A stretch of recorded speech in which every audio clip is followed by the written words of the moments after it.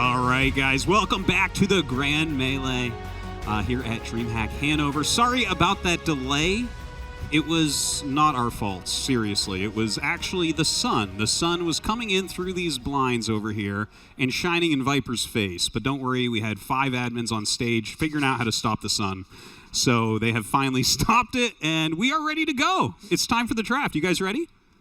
I mean, I'm incredibly ready here. I mean, the sun is ready. Our admins are ready. We're ready. We've been waiting. I know the people at home have been waiting. Thank you for being patient with us. And, of course, the sun throughout this entire process.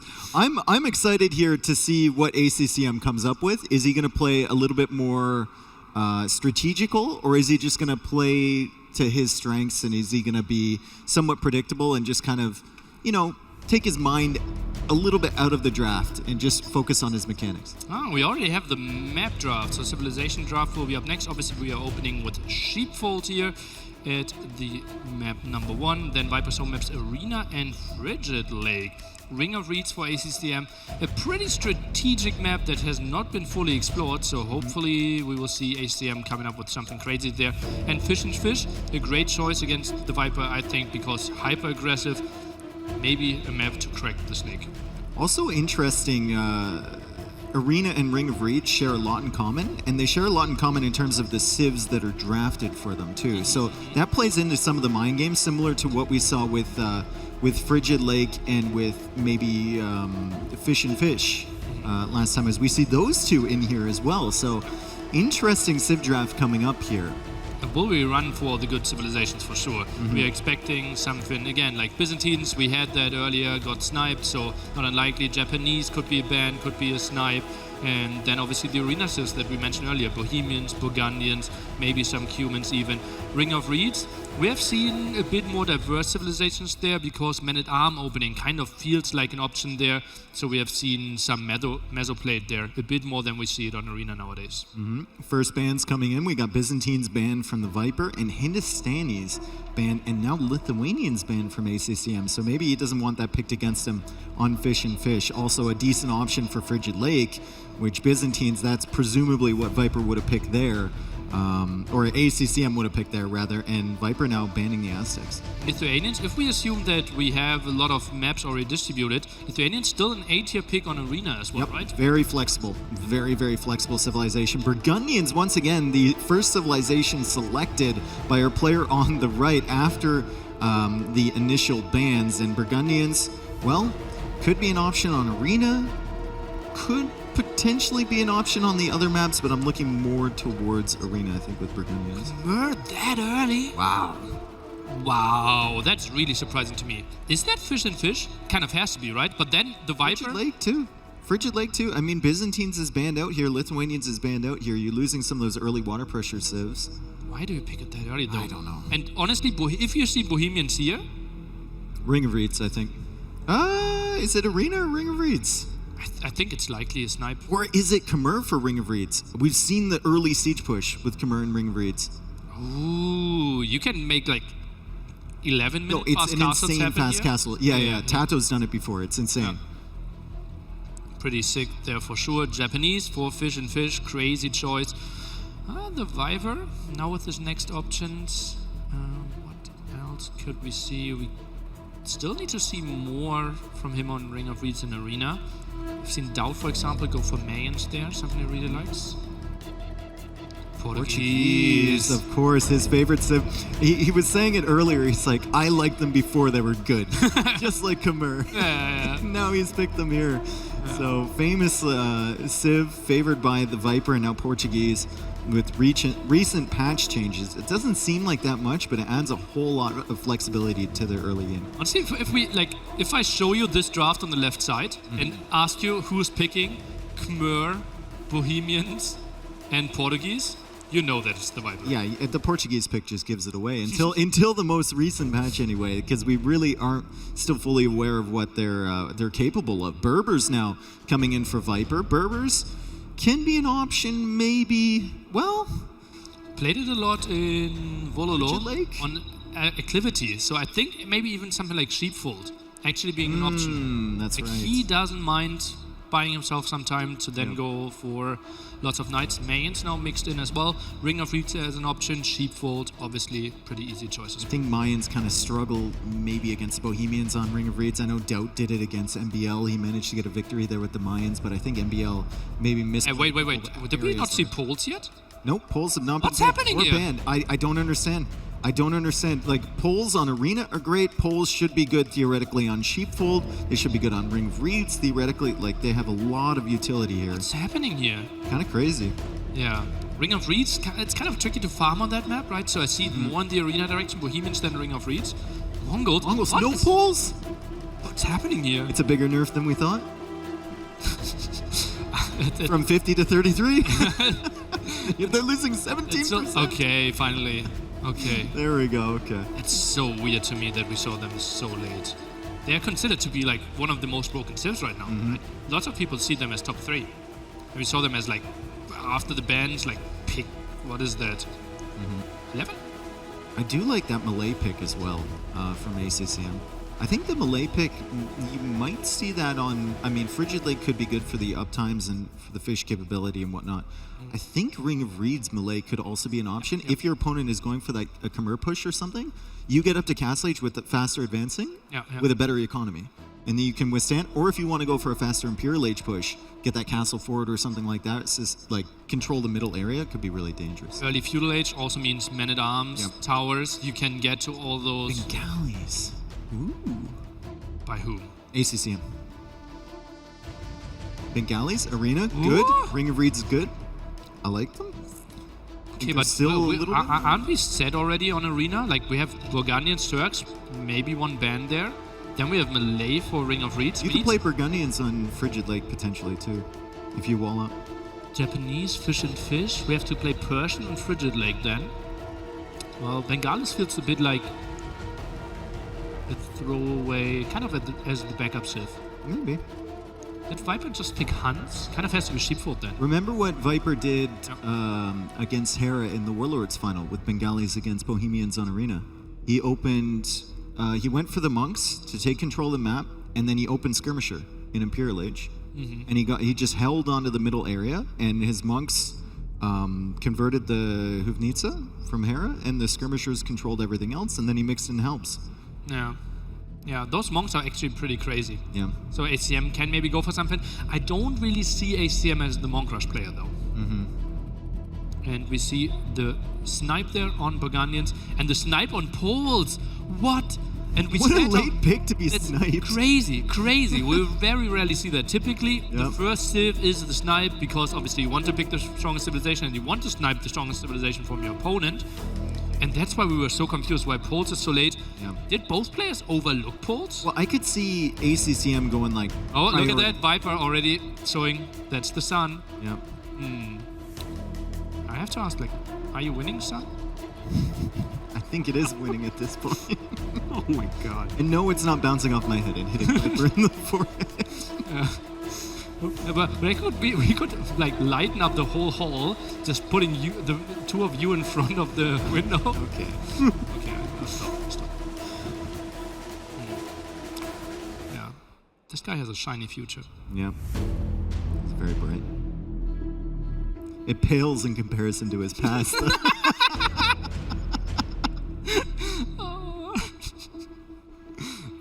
We're just gonna have to face it. Chat is not laughing. Guys, lighten up. All right. Okay, so Those are stopping us. Yeah, no, this is actually hilarious. So, oh my God, Sun, are you winning? You killed me with that. Yeah, it looks like the sun is going back in his face, so we may actually need to fix that again. I suggest we put his desk on wheels so we can just push him around where it needs to be. But that is, of course, a very annoying thing. No one likes to play with sun in their eyes. That's why gamers play at night. Nice. Right? Yeah. But we're going to check into that real quick, guys. Looking at the drafts overall, do you guys feel like one guy really outdid the other? I think more question marks maybe for Viper's draft. Yeah. I think Viper will be more happy with this draft, right? He gets all what he wanted. He picked the 3 first picks, he gets all of those. And ACM, he picked Burgundians. Okay, if you give them to me, I will take them, but I already have a backup, which is Turks, which is totally fine, right? But you take away the crazy Civ, and Viper, he just knows exactly what he wants to play and might get Bohemians against Turks. I agree with you. Once again, I'm questioning the polls. Like, you're sniping the second last Civ. Yeah, I think ACM might have forgotten about polls. Like, he was so busy thinking about, okay, I need Turks for Arena. I need Japanese for Fish and Fish. And then by the time he got done those 2 civs, he's like, ooh, Malay would be nice. But then he keeps forgetting that polls are there. It's surprising to me as well, and like we were screaming it because we didn't really understand. Bengalis, I don't really see them being used. I don't see them strong on Frigid Lake. The rest feels pretty clear, like Turks for Arena there, Mayans for Sheepfold most likely, Malay for Ring of Reeds, Japanese for Fish and Fish. Are we building a 4th? Nice. Yes, in fact, that is what we're doing. We're going to use boxes to block the sun. Modern problems require modern solutions. You thought that cardboard could not defeat the sun? Oh, it can. Oh, it can. Viper's giggling too. Good that we're having a LAN event so we can really see the reactions of the players. Yeah. Oh my God. If he was at home, he would just drape a sheet over the window, but here we are at a LAN and it's empty boxes. Okay, problem solved. This could have been so good advertising, right? With the boxes. The boxes, well? yeah. For whatever company makes those round boxes. All right, perfect. There we go. That's a good fix. Yeah, comfortable. That's all right. Production team thinking on their feet and fixing that right up. Right. So we are almost ready to start this game, Nilly. I am very excited about it. I love hearing you guys actually go over the drafts. There's just so much to it, so much to think about. And now, finally, both of the players are ready. You can see Viper no longer with the sun in his eyes. ACCM, I guess he has the better side for this time of day. We haven't seen the sun in his eyes yet, so good for him. He's all ready to go. And I think we're ready. Let's go ahead and throw it over to our casters. It's going to be Dave and Ornlu bringing you this series. Welcome again, people, to set number 2. I know there was a little bit of a delay there as we try and move mountains of boxes to make sure that Viper has no sheen or glare in his eyes as he's playing through these matches. We said it before, ACCM is a massive underdog in this. Viper brings not only tournament experience, he brings skill, execution, strategy, the boot camp, his teammates chipping in as well to help him along. What do you think ACCM needs to do correctly to take a win here? Well, when it comes to facing the Viper, you got to do everything correctly all at once and constantly. And that is honestly what you need to face any of these players, but especially the Viper. And as we were talking about earlier, it just comes down to, can you throw Viper off of his game? He likes to go for a lot of greedy plays. Can you just go aggressive? Can you try and mess up his boom, maybe delay his castle age time, that sort of thing? And I feel like at that point, ACCM is easily a strong enough player that if he can get into a good spot versus Viper, then he can, take the way to victory at that point. It's like punishing the greed with him, basically. I mean, Viper is a greedy player. You watch him, you've said it. The other pros watch him. He gets away with stuff because he tries to get away with stuff, which means there is an opportunity there. There's a window in which you can punish him. We've seen Villese, I believe, do it famously. Yeah. Right? And Villese has a really good record against Viper. Viper, I know, was nervous about getting him potentially in the draft because he plays so consistent and he's able to find those little opportunities. ACCM hasn't really found that yet, as we see the first game now loading up here for ACCM and the Viper, and this is going to be on Sheepfold. This is still a map that we haven't quite figured out. Tato figured his way through those openings in game number 1 of our last set and really punished them, and it looks like Viper has gone for Portuguese as well. ACCM going for the Mayans here. Well, I mean, it must be a GL thing. Is this something they were cooking up in Berlin this past week? Portuguese, the newly buffed Civ. You get your wood from the forage bushes. I guess they do build their houses out of twigs, but yes, we have Viper scooping up his goats here. He will be to the north of Sheepfold and to the south in the blue, as the Mayans, as you were saying, Dave, is going to be ACCM, the much more traditional pick, if we can call it that on a map that's new. It's at least a traditional Civ. Yeah, I mean, Mayans should theoretically be favored here over Portuguese, but the thing is, like, it seemed like such a small change, you know? We get a little bit of wood, we get some sticks from our berries, right? From our fruit bushes and as our villagers are gathering. But it enables things like an earlier mill. It enables more food coming in right away. It enables maybe a villager or two less on wood. And that, in the hands of a pro player like Viper or any of the 8 players here, can make such a huge difference, and then kind of play into the cheaper units later on in the game for the Portuguese too. Yeah, get that 20% gold discount on all of your units. And interesting early adaptation we saw from the Viper is that he only has 2 villagers at his lumber camp right now. I think he might be sending another one over at this point, but we're already on 19 population. And that is just an adaptation you can make from getting that little bit of extra wood on those early forge bushes. Looks like we have a bit of a pause, but it was a mere bump in the road. Yeah, it was a pause to click Loom, and then we see both players getting Loom here. ACCM up by 1 villager because of the Mayans. He has 6 seconds of idle TC time, and that's, at the end of the day, going to be the difference between these players clicking up to the feudal age, as Viper is the first one up, and Viper, it looks like he's going to go for the archer range approach as well. It's a little hard to tell just yet. Actually building the second lumber camp on that fairly small wood line, so this is a more aggressive map. Viper's wood lines don't really seem all that awesome. ACCM going to be all doing the exact same thing. At least his wood line seems a little bit longer, so that's something to work with. We include the berries as a wood line now. Yeah. It is technically a line of wood directly to your economy, and you don't have to drop it off either. The map's flora working in your favor. Yes, exactly. And Viper will have more than enough wood for the barracks, and then he will likely add an archer range behind as ACCM is going to take a look at what's happening in Viper's economy. Now, the first set, Tato found his ways around the rocks in the center. Looks like Viper's gold is going to be in that center area as well as ACCM. So there is a pathway directly towards the gold for both players, and ACCM has chosen to go for the secondary rather than go out to that front risky main goal, which is not far away from Viper's base at all. Not in the slightest. So ACCM with a bit of a safer approach here. Viper finishing up his barracks.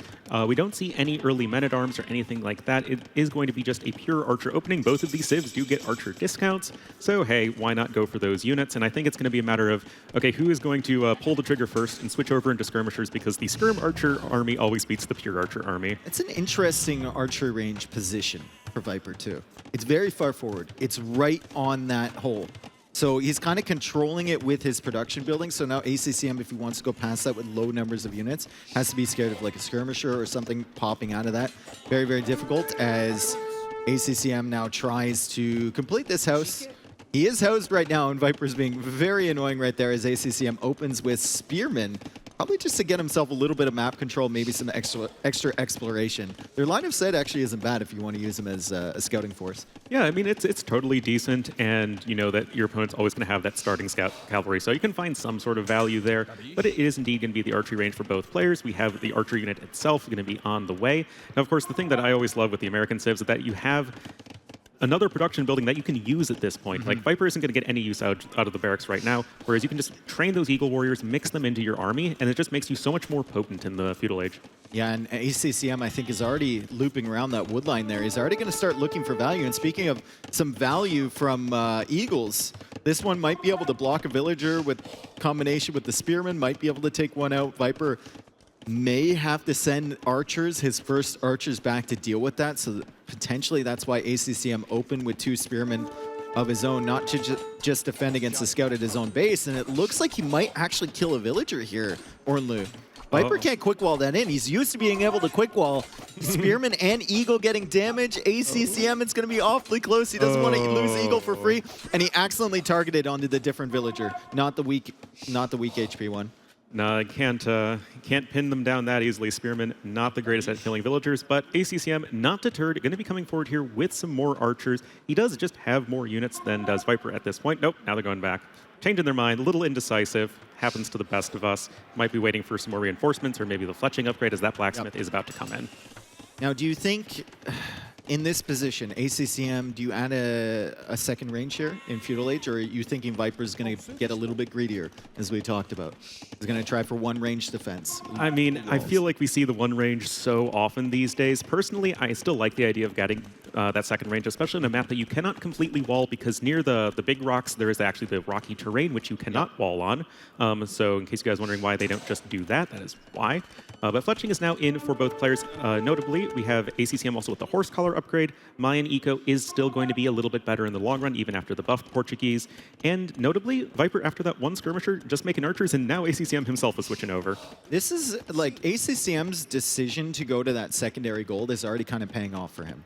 Now he can leave with his army. He doesn't have to toss a tower down on that main gold. It's going to take Viper forever to loop around, but Viper has already started walling at the back. So ACCM, it's going to take him forever to find value with that archer army, unless there's a hole somewhere back there and he can get in. But right now it looks like Viper, I mean, he's just walling himself in a circle. He's not even going to bother with the stone terrain. He's just going to wall himself in a circle. ACCM will be wandering around back there forever.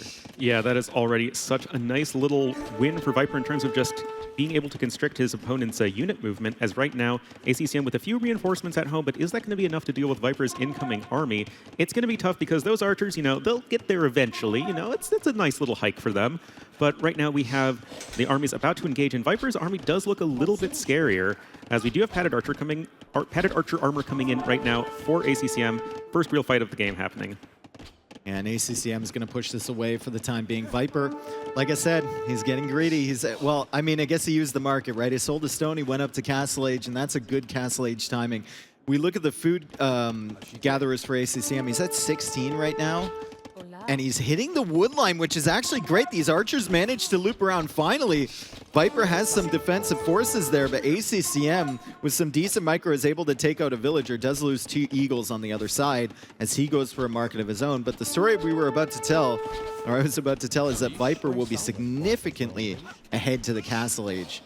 Yeah, in the game all about timings, this is absolutely critical, especially with archers. You know, you already have those units in Feudal Age, you hit Castle Age, you go ahead and get crossbowmen and bodkin, and then if your opponent is not walled, you can just die right away. And that's, I think, the idea, at least, of what Viper is going for. But ACCM, you know, it's the theme of the tournament. Patience is key. You know, he eventually made his way all the way around his opponent's base and gets the one villager kill, and it looks like there will be a second right here. Is the angle correct? The angle is correct. He knows the angles, this ACCM, and he's going to take out that villager. That's the second villager down for Viper.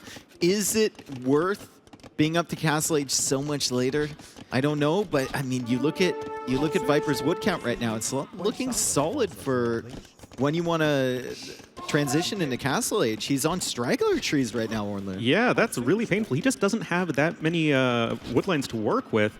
And right now, Viper himself is looping into the base of ACCM, finding some value in at least idling some of his opponent's economy, but still not getting any sort of long-term villager kills. But there we go, Castle Age is in, and it's going to be an entire Castle Age research time ahead of his opponent. And like I said, crossbow and bodkin on the way, some knights as well. Doesn't matter if you just have a few of those mixed into your army. And ACCM perhaps trying to go back to work a little bit too soon, as he is getting ready at least to click up to Castle Age. There we go. Yeah, Viper's just waiting for the crossbow upgrade, and then he's going to dance over here, and he's already dancing. He's already taken out 3 archers right there. That's 4, that's 5, that's 6 right here, I believe, plus the eagle, and now the villagers are extremely exposed, and ACCM is going to have to go back to that gold at the front instead of the secondary gold, which was a safe option for so long. Now he's going to have to go risky to the front of his base. He still is on the wood line here of Viper, but it's only 2 archers, and ACCM unfortunately attacking a house there with the archers, so maybe a misclick from him as he's trying to survive. He's a minute and a half away plus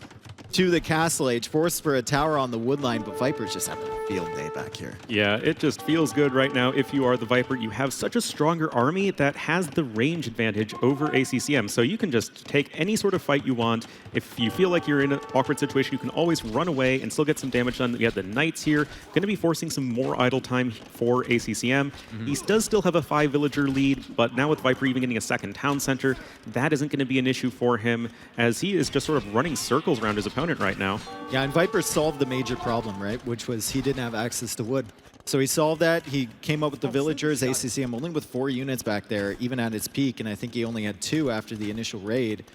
And he's keeping ACCM penned in. I think the only issue potentially in this game for Viper is if ACCM somehow defends, takes really good trades, and then comes back to pressure that gold that Viper hasn't TC'd yet or hasn't secured. But right now, Viper is just doing Viper things. He's got a Knight on one side, Knight on the other side, Archer army in the back, another crossbow force coming from the north into that main gold of ACCM.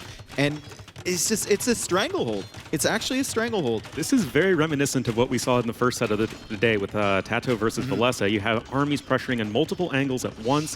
One player just trying to hang in there, get their economy going, get to Castle Age, but this is a game of momentum, and right now Viper is just dictating every single fight right now. He's got around 20-ish% more efficient in economy, and the villager count, right now it's even, but over the next few minutes, Viper's is going to get ahead, even getting more eco upgrades. Yeah, ACCM did add the extra archery range, so he's going to try and just produce archers at the moment, get the crossbow upgrade, and hope for the best. He can't even afford Bodkin right now. Like, he's got 2 villagers in the queue. He's going to have to unqueue them and then wait for the gold to afford Bodkin. It's an unfortunate position. And now Viper will sit under that tower. That's such a good move there, to sit under that, to force the villagers away. He knows his knight is going to get a few picks on the way from those villagers, and he can afford to sacrifice this army, to be honest. Yeah, it's not all that valuable. He knows his opponent's army is quite slow. It's archers. It's going to take them a little while across the map, especially if you're going around the area that Viper has not walled. And we're looking at 7 villagers killed to 2 in favor of the Viper. Yes, his army's going down, but it's what you get out of that army that matters here. And right now for Viper, that is an 8-villager lead, and the fact that ACCM is just stuck in his base with a pretty inefficient economy. That was some real nerd tactics around that tower, too. Yeah, He's it like, really was. I will stay within minimum range and I will micro you down. And then he realized that all his crossbows had like 10 HP each. Yeah. And he gave up on that pretty quick. Another army over here from Viper. He's keeping that hidden for the time being. He's waiting for ACCM to come out. Wants to loop around to that wood line eventually. Still hasn't done anything to fully secure that gold at the front, which is a little bit of a concern for me. And even the secondary gold is not within range of his TC. So maybe ACCM can kind of punish that. Viper does have a gold to the north east of his base that he could potentially take, but it's a long way away if ACCM comes forward and denies it. Yeah, it's tough. We have ACCM finally getting to the other side of the map for the first time in what feels like forever, but Viper still looking around here with the crossbowman. No, Viper, don't shoot the sheep! Oh, that's just cold, man. But going to be looping back around here with the crossbowman, and right now ACCM, he needs to find a way to get damage done. He's behind by 12 villagers, and at this point, if he doesn't do anything soon, he's just going to be heavily outmassed by Viper. And this is Viper's mantra, right? When you're ahead, just get further ahead. And that's what he did. He had the army position, he added extra TCs, got his eco rolling. ACCM comes in here, snipes a couple of villagers on the wood line, but now Viper has an opportunity to diversify his wood lines and maybe go a little bit over to the right from that area. Well, though, that's really far over from the right for those 2 villas. they're gonna have some back problems by the time they get back to that TC. That's a long walk. But still, he's tracking this army and he's controlling everything. Yeah, he's got the stone walls up over to the north. I guess that's fully walled. That's a pretty convenient location on the stone right there. But all of the time that passes where ACCM isn't actively like killing everything, that is a big win for the Viper. He's got a knight here to at least check to see the crossbowman coming in. It looks like there aren't any defense. Oh, there's only +1 defense on the knight, so the crossbowman with Bodkin will be able to take them down without too much issue. But oh, hey, once again, we're back, guys. Remember that army that you thought was gone? No, we show up and it's patience from Viper. It's just patience. Yeah, and it's knowing, okay, he saw the opponent's crossbowmen. There were some at the right of his base, and there were some to the northwest. Okay, well, he can't really have that much at home. And indeed, Viper just goes in with the crossbowman right then and there, finds some more value. He's still ahead in the villager KD, and there's the 3rd TC coming in for him, just as the 2nd one is for ACCM. Now it's going to be a little bit of a micro battle over here, and a micro battle on the other side. Multitasking is going to be super important for both of these players. Still hasn't secured that gold, though, and ACCM is hanging out really close to that. I'm surprised he hasn't pushed into it. ACCM is not pushing into it. He sniped another villager there, but now he's backing away from the farm. Still, Viper will have to deal with that. I like the thought process from Viper as well. Let's go for a 3rd TC. Where do we want to build it? Let's build it where the army from our enemy is. No he was that fear. confident in his micro, right? Well, I mean, real talk, Viper just had to rush up a university because he needs ballistics to actually take these sort of comfortable fights. ACCM's army is way larger right now. And he's first to ballistics as well. Exactly, and if ACCM can continue to take good good fights and keep Viper on the back foot, it's just going to be really difficult for him to secure the sorts of resources he needs to sustain his unit production because you just have half the archer numbers that your opponent is. ACCM had some really good micro back there. This looks awfully reminiscent of what we saw earlier in the game. ACCM's recovered to an amazing extent. Now he's got 3 armies in 3 different locations. Now, Viper, all he really needs is a great trade on this main army, and then he can use his army to go back and deal with the others. But right now, ACCM is trying to escape the trap. Viper says, no, no, no. I am a constrictor snake, and I will build the houses and trap you in here. Now ACCM is going to be running out a little bit of steam, but he has caught up somewhat. Oh man, but ACCM is all over the place with these crossbowmen. He's finding more value, and you know what? He has equalized the villagers killed in this game right now. Behind by 13 still, it is true, but you know, he's at least on 2 TCs. Mayans don't really need that many villagers to sustain archer production, and Viper is losing more stuff, and he has villagers running around all over the place. He's only at 36% worker efficiency. It's not as good for Viper as you might have thought after the early game. Yeah, ACCM has done a fantastic job to recover, I think. Yeah. He's put pressure on Viper in multiple locations, really forcing out the mistakes. He's now showing up at this wood line, which is just a hectic wood line to begin with. I mean, there's so many villagers here. There's only 1 lumber camp. They really need to diversify their resource collection system over here, and I think Viper would be very happy with another town center, just waiting now for the stone. A town center on a wood line would be fantastic for him. Well, that's and what he there we That's go. what he was trying to go for earlier when ACCM's army was there. So Viper, he knows what he needs. It was just a matter of ACCM just being in too good of a position at that particular moment. Now ACCM rolling on in once again, and that villager count, it's getting closer and closer. Because he's picking away. Like, he's using the same patience that Viper used, the same distraction. He's mixing up his armies, and he's just, every time Viper responds to one, another army comes in. However, there is an inherent risk in this strategy, right? That you lose the main fights against Viper's big army because you have yours split up, and then Viper can snowball, and Viper can maybe get a good map position, maybe do something like a castle to deny the gold or something, and I see he's gone on stone. But right now, ACCM 23 crossbows against 16 from Viper, so he's even winning on the military number. Yeah, Viper also has a lot of idle TC time. You know, when you're going for a lot of crossbowmen, you tend to not have as many villagers on food, which just makes it a bit more difficult to sustain villager production. So he's already north of 7 minutes in this game to ACCM's under 2 minutes. And that is going to be pretty helpful. Of course, Viper with some fancy footwork here with the crossbowmen. Oh, man, and this is with ballistics too, man. Yeah, just great micro. Yeah. And they're not even at max range from each other. Viper just realizing now that he can win this fight if he stands still against ACCM, and he's going to get close. I love that. They're like 3 tiles away. Yeah. And they're just dodging back and forth. Oh, man, these guys are way too good for us, man. But right now, Viper is stabilizing. That military number is getting a lot closer, and that is exactly what Viper wants. He still has an economic advantage. He's even adding in a 4th town center right now as he's looking to maybe do some damage on the other side of the map at ACCM. He has the town center, he has the tower, and he's got his own crossbowman firing from 3 different directions at once. Those archers are not going to be very long for this roll, and now skirms. 4 archer ranges producing crossbows right now for ACCM. 4 archer ranges producing crossbows. It's insane. Yeah, I mean, he's Mayans, you know? He's just kind of snowballing at the moment. A Viper back on that secondary gold once again. ACCM thinking about now a 3rd TC as Viper puts up his 4th. Viper at the limit with all of his resources. He got 2 villagers queued. You mentioned the idle TC time before, and it's racking up again. ACCM only with 1 minute and 52, and ACCM is only 5 villagers behind at the moment of Viper, and his army on this side is getting pushed back. Yeah, I mean, this game, it's all about unit movement. How do you split up your groups of crossbowmen? How do you poke away at your opponent's economy without losing too much of your own right now? And you can see it reflected in the KD right now. It's 65 to 64 in favor of the Viper. That's not too much of a difference. Viper has lost more villagers, means that ACCM, you know, obviously losing a bit more army. But now we have the skirmishers coming in. Viper with 25 villagers on food, 30 on wood. His eco is like okay set up for this, but it still means he's going to lose a lot of offensive power. I still think he's in an okay position, but ACCM is favored right now, and he's drawn himself back into this game. It's crazy. Viper had such an advantage early on. Great fight here for Viper as we see him dodging with the two scapegoats at the front there as the rest of them fire, and ACCM taking a really bad fight on that side. Villager count still 6 ahead for Viper right now. ACCM now falling behind in military count, which would was what he was leading in for so long, and he's going for a 4th TC of his own, sending another army through the left side. Both players on stone. ACCM definitely thinking about a castle. Viper building his way towards a castle slightly faster than his opponent.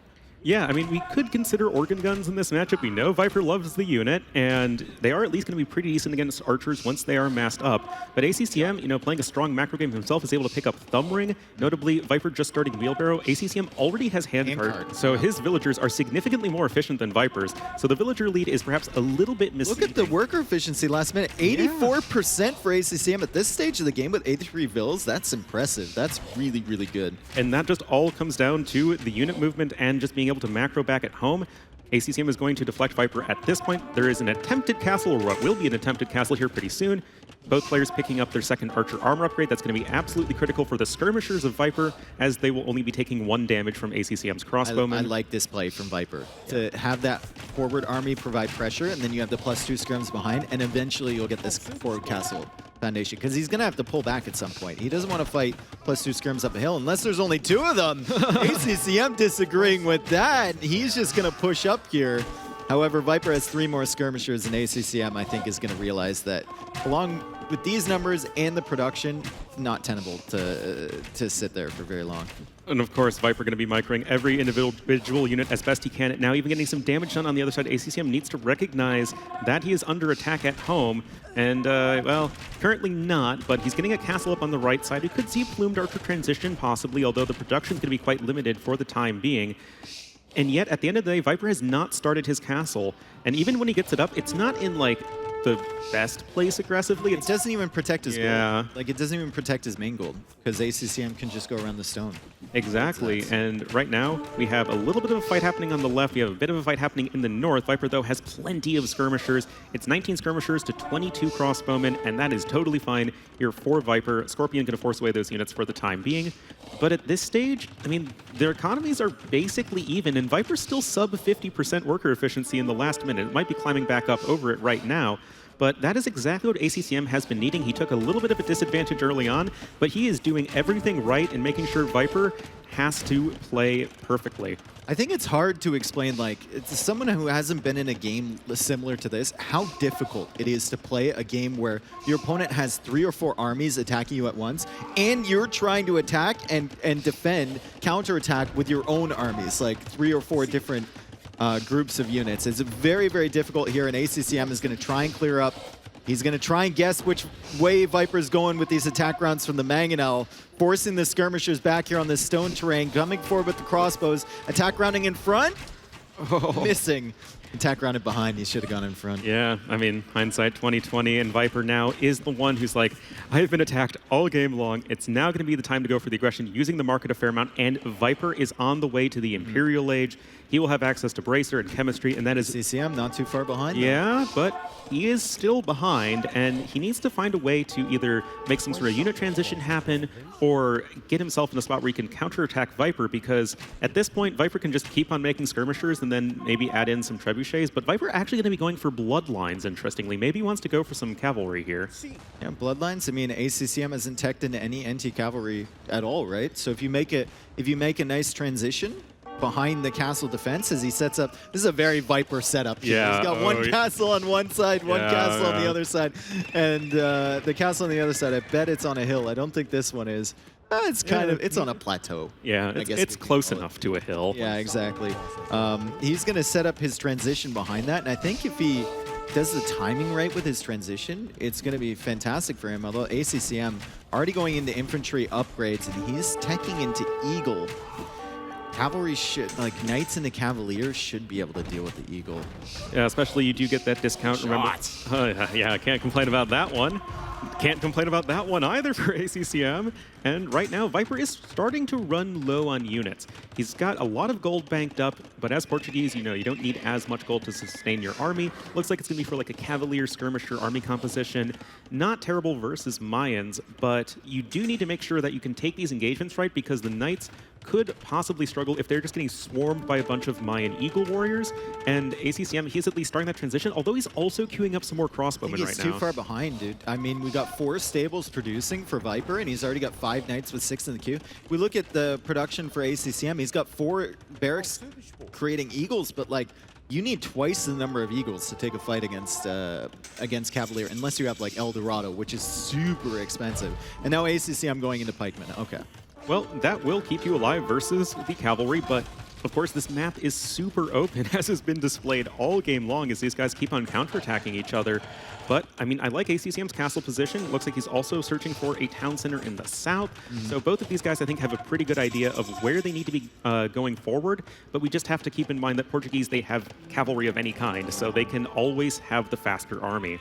Yep, ACCM super open at the front there too, and mobility is just going to be key. I mean, we were watching the raids with the crossbows earlier, right? Viper was coming from 4 different directions. Same with ACCM on Viper's base.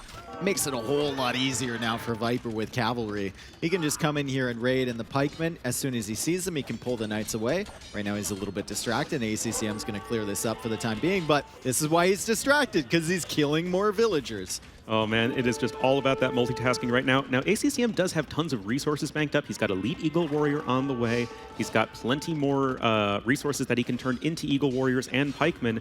And right now, it's just a matter of, can he stabilize his economy? Because if Viper is on the back foot, the value of the mobility that he gets with his knights is just a lot less. And if you can take that sort of big engagement with your infantry versus cavalry, you're going to be fine. Eldorado. Yeah. Where maybe he went to Eldorado to find the gold to get Eldorado.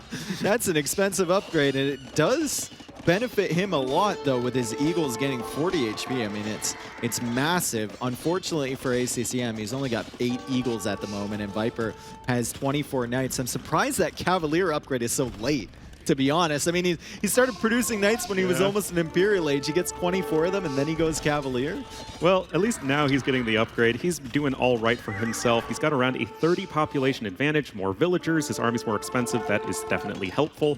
But ACCM is at least working towards the sorts of things that you would want to see from him. He's got 38 villagers on gold, so he's going to be able to continue producing Cavaliers. And now with Elite Eagle Warrior in and Eldorado, you've got 100 HP on those infantry units, but Cavalier in here for Viper, and you just don't have the numbers like you were saying earlier. Yeah, you don't have the numbers. Also, he only has Forging as well. The attack upgrade's really helping out here for the Eagles against a tanky unit like Cavalier, but Viper's going to run away from that. Viper, though, behind the Cavalier upgrade, he immediately queued Chemistry after that, so that's what he was using his food and gold on, and that gives him access to hand cannons, which should be able to deal with these Eagles. And then in response to that, ACCM's going to have to tech into something else. He's only got 2 castles up right now. Is it going to be Plumed Archers, or is it going to be potentially Arbalists?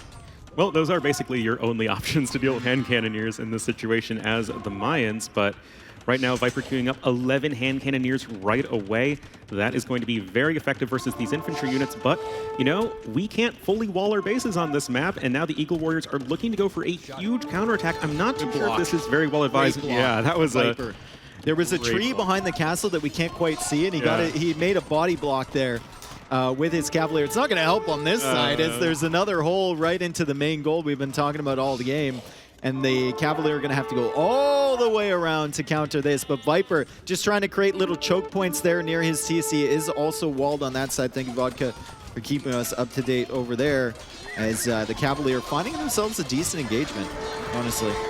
There are some pikemen here as a part of this army, but at the end of the day, you've got the hand cannoneers pounding away from the back, and the Cavalier at the front, of course, mopping up, and that is a beautiful fight for the Viper. 234 kills to 157 deaths. That looks really nice for him. He's got easily over double the army value. He's even getting guilds. Viper is all set up for a super long game here in the first game of this best of 5. I'm surprised he hasn't gotten the relics, but as I say that, I see he has a monk on the field. I think there's 4 relics on this map. Maybe. I think there was 2 on each side. There's 1 over there. I see 1 over on Viper's side. I see 1 in the middle of his base, and I know there's 1 on the right side of ACCM's base we saw before. So, yeah, I feel like time is just running out here. 5. Yeah. Well, that would make sense. It is standard. But, I mean, ACCM, he's going to have Halberdier. That is going to be super helpful. For the Eagle Warriors, they are running around. It's just ACCM's bank is not quite what you would like at this stage. And Viper's army is just so strong. I mean, he's got Cavalier. He's got hand cannoneers.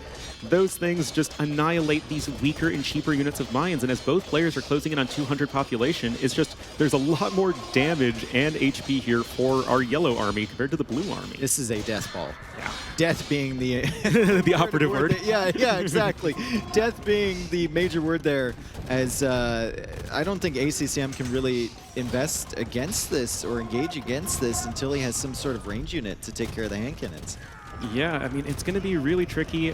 We do have these units trying to jump on the hand cannoneers. Of course, the Eagle Warriors are going to be great at sniping those bombard cannons and trebuchets, but Viper just very smartly backing up with those hand cannoneers. They are super safe. That trebuchet, it wants to be a melee unit, but it's that's still not alive. how it works. I mean, ACCM's Treb went down, but Viper's Treb is somehow still alive. ACCM not seeing a threat there. He's going immediately after the hand cannons. Eldorado Eagles can take a lot of damage, though, even with that bonus against infantry. Hand cannons struggling to deal with all of them, but finally they get cleared up, and Viper is going for even a third castle on that left side. Slow pushing forward, a very Viper style of push, as ACCM finally getting Blast Furnace.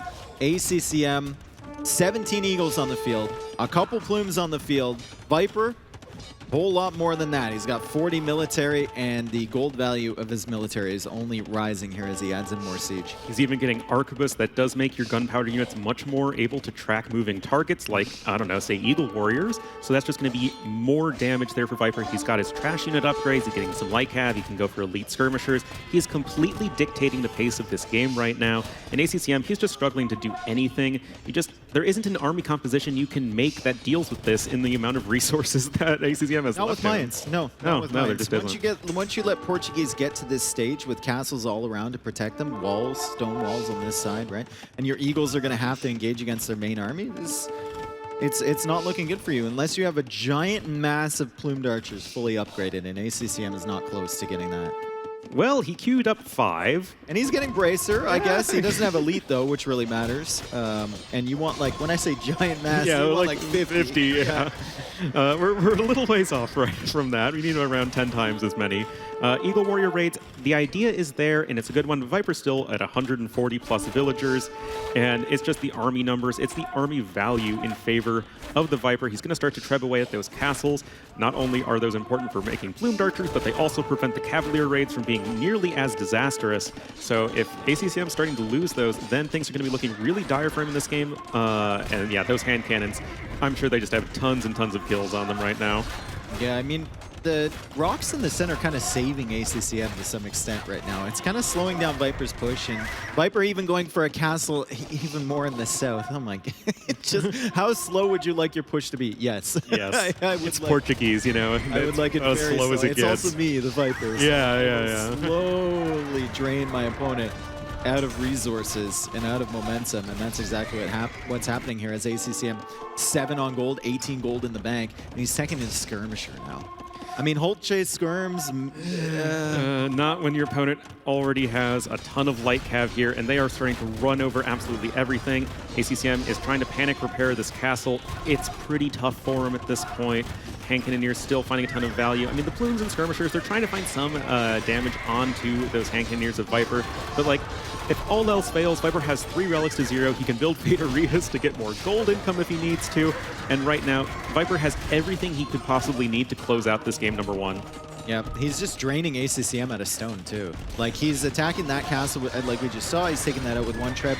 And ACCM is just constantly repairing here with what? How many villagers are those? Like 12, 13 vills repairing that castle? He's going to have to buy stone soon. He's only got 8 mining it right now, and this is tough for ACCM. Now that side of his base is wide open. Viper could easily loop some units around there, maybe Cavalier to get some raids. And there's another castle, a line of castles. This is the 5th of its name.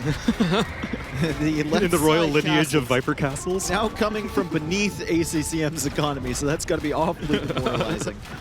Oh man, this is indeed looking really rough for ACCM Viper. You know, 5 castles, 6 castles, what's the difference? Gonna just assert more map control. ACCM, no gold to make units, and there is the GG called. Yep. The Viper takes game number 1 of this best of 5 in a nice, slow fashion. Yeah, I think takeaways from that game, Viper's unit control was immaculate early, right? He had a good strategy. His build, the greed paid off for getting the Castle Age. But also ACCM hung in there well past what we thought. He was 2.5 minutes behind Castle Age with 2 armies attacking him, and somehow managed to make it a messy game where he could get his eco rolling. They could both get up to Imperial Age. But Viper locked it down. As soon as he got that 3rd TC on the wood line, he was secure there. He started taking good engagements, and then Portuguese versus Mayans. Yeah, exactly. And he did what he needed to do. I really do appreciate, though, like you were saying, ACCM, he's thinking, how can I possibly come back in this game, being so far behind to Castle Age? Well, just attack Viper where he isn't well defended. And that's what he was doing. He was ahead in the villagers killed for a really long time, was doing his best to catch up economically. It's just ultimately Viper was able to lock down too much map control and just get to too good of an army for Mayans to handle. Yep. And we'll see what ACCM goes for in game number 2. I think that's not like a discouraging start for him, because you get off to such a rough beginning in that first map, and Viper playing as Portuguese. You saw Tato dominate as Portuguese too. Viper clearly with a good strategy. You playing as Mayans, if you get to the late game, it's really tough unless it's a wide open map. And Viper, well, he's up 1-0. ACCM looking for options. ACCM has Ring of Reeds. He has Fish and Fish as well, and I think he can select Viper's. Yes, he can. That's side. correct. Okay, good. We just want to confirm that. We haven't seen it happen yet. Yeah. But assuming he goes for his own maps here, do you go for Ring of Reeds or do you go for Fish and Fish? I think it might be Fish and Fish. You probably have the better civ with Japanese. Yeah. Also, Fish and Fish, you're already behind by 1, and there's a potential you could lose that game in 5 minutes. Do you really want to go 2 down that fast? ACCM says, let's go anyway, because Okay. Fish and Fish is confirmed to be our next map. And Japanese are just kind of the no-brainer pick here. We see them picked every possible opportunity whenever they're not banned or sniped on this map. It's just having the faster attacking men-at-arms, the cheaper mills, the strong fishing ships. You just have so many bonuses for the civilization that apply to this map. And I think the onus is really going to be on Viper to figure out a way to deal with all of the strength we see from Japanese in the early feudal age. Well, he might choose to go for Mongols approach. He could. There's a number of civs here. I could see Huns, Berbers, Khmer, Mongols. The only civ I can't see here for Viper, potentially, is Bohemians. Yeah, that one's going to be saved for Arena or something like that. Yeah, it's makes plenty of sense. A lot of mobility here with the Viper civilizations. All have very strong cavalry. ACCM is probably not going to want to play that game as much. It's going to be much more focused on, okay, let's just go in, take control of the middle, and then probably use that as an opportunity to maybe sneak in a few fishing ships on the side. And that should set him up pretty well getting into the mid game, because if you have like 6 fishing ships as Japanese and the villager count is even, like you can just make whatever and just go kill them. I think you really have to secure the middle, though, before you go for fish. Like, if you're in a position to go for a dock later on here, I think opening a dock with a dock is a really mistake. bad. We've seen that. Like, we've cast enough of this map to see that opening with a dock is likely a mistake unless you've played some weird mind games with your opponent. But even if you're in a position to go for that dock later on, you've usually already won the game because you have that center position, and the box turtles matter so much. Yeah, they're not fish, but they're still really good. Yep. And you just have so much food from them. They are the fastest food source for villagers. So if you just put like 8 villagers there, you can just gather so much food. And here we are getting into our second game in this best of 5. And it will be Mongols versus Japanese here on Fish and Fish. I don't want to Ornlu, but we'll actually see a faster food collection for villagers here than the shorefish. Yeah, that's true. Mongol hunt. I've been waiting years for this moment. I've been waiting for you to slip up. Oh. You've finally done it, my friend. Yeah, well. Oh, well. You never get them all. But at this point... What is this from ACCM? He's sending 2 villagers forward? He's sending 2 villas forward. He's got Loom. Thank you, Vodka, for checking. Viper is going to wall this up, but Viper is going to be awfully exposed, and I don't believe that Viper has Loom yet, does he? No.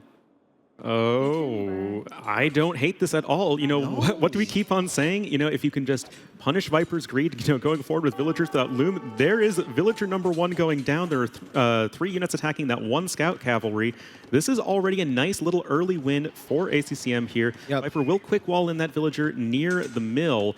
But now, at this point, ACCM can just wander on home and just be satisfied knowing that he Or just steal Viper's fish. Steal Viper's fish. Hey, before I go home, just hand me 10 fish. Yeah. Oh, my And he's going to carry them back to the mill. I'm honestly surprised when I see a lot of other players playing Mongols here, and Viper's up to the feudal age fast. very quickly with Mongols.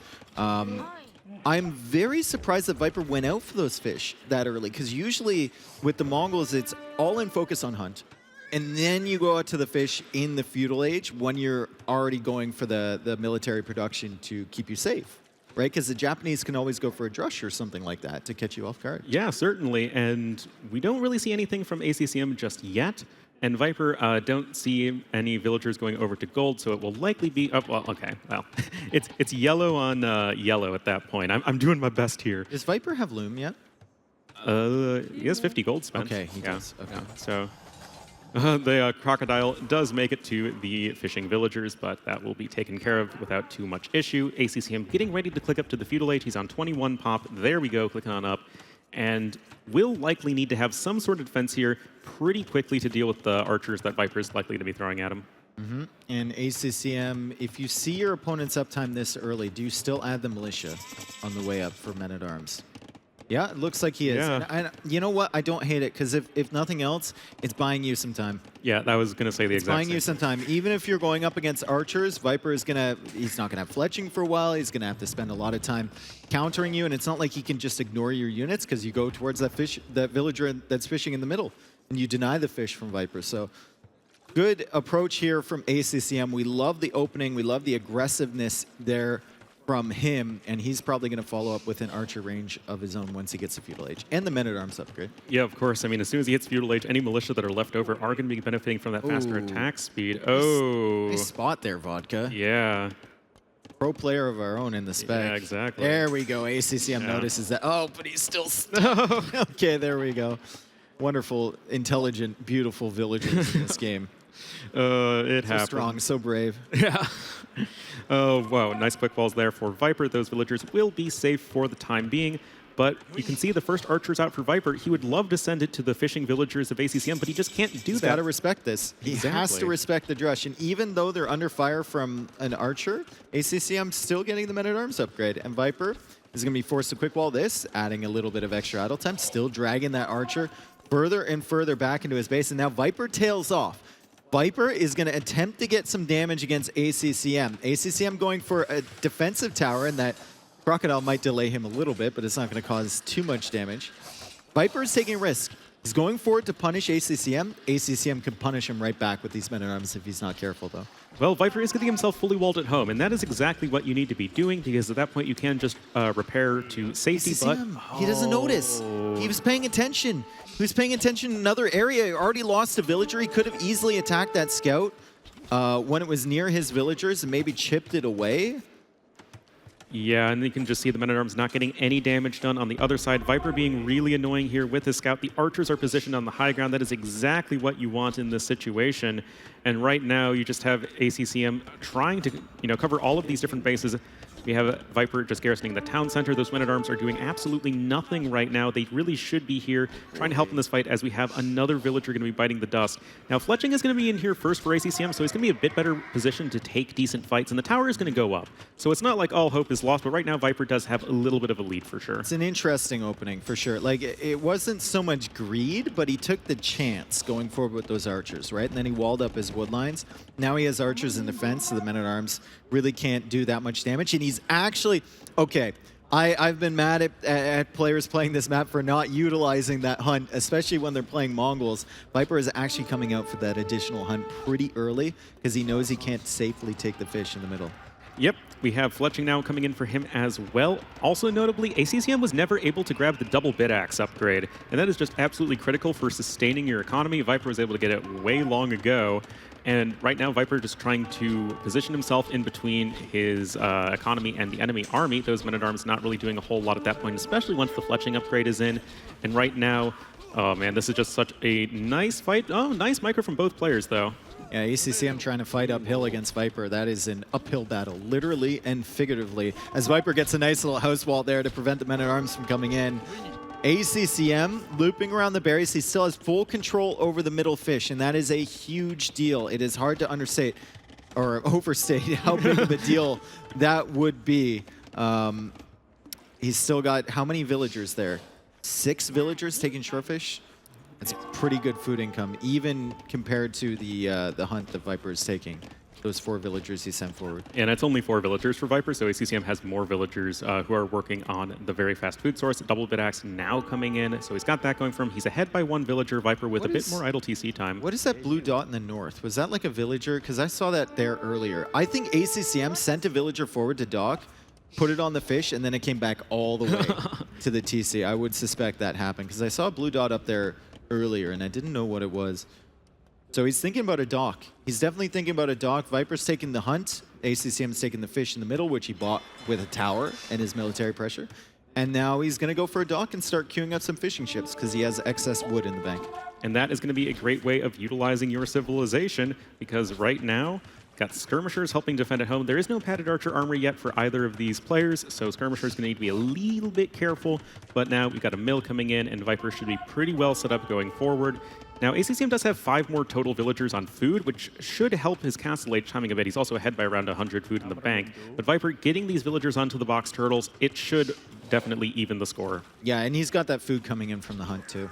So he's got constant food income. It's not like ACCM has kicked him off completely. Viper still has access, and ACCM will start adding fishing ships, but it's going to take time for those to add value. Viper now going for a stable, and he's going to turn this food directly into military units, or does he get greedy? Try and go to the castle age. Remember who you were casting? Yeah. Does Viper get greedy? Yeah. Is this like a philosophical question or a literal one? But the fishing ship's already coming out here for ACCM, and that is going to be really, really helpful. It's got 17 on food to Viper 17 as well. Food counts are looking pretty similar, and if ACCM can sort of match Viper's castle age time, he's going to possibly have some decent options here in the mid-game. Looks like some skirmishers getting caught out of position, as right now Viper's looping around to the east side with his archers. Oh, nice archer snipe there. Yeah. That army has value until 1 scout comes on the field. Exactly. And then it has no value whatsoever. Just the time it takes for the scout to clear it up. Yeah. And there's the scale barding armor upgrade. We have 1 scout on the field for Viper, 1 more in the queue, and he actually canceled that upgrade. So Viper's like, maybe I shouldn't play greedy. Maybe I should, make something to deal with my opponent's army. Unit, scout. There we go. Okay, he's figured it out. He figured it out. ACCM sending more archers around there to reinforce that army, but Viper is being a sneaky boy once again. He's coming in with his archer army, and if ACCM's not careful, he could find some value. But ACCM noticing this right away, very aware, and fortunately for him, his wood line is not on this side. I also saw 2 sheep that he didn't find earlier, so a little bit... maybe the build was a little bit off for him. Of course, it helps being Japanese going out to those shorefish so early. Oh, that gate is going to go down quickly. Remember, it has no armor until it is completed, so those archers are going to be doing just fine. Oh, villagers trying to rush up these houses. 1 is going to go down, and Viper and ACCM clicking to castle age at almost the exact same time. 1 villager lost here. It's not the end of the world. Well, make that 1 more, as another villager is biting the dust there to the north. Viper, just like in the first game, really trying to pull ACCM in different directions with his army. Yep. And Viper has the addition of the scouts, right? So Viper has some mobility here as he's distracting ACCM's entire wood line.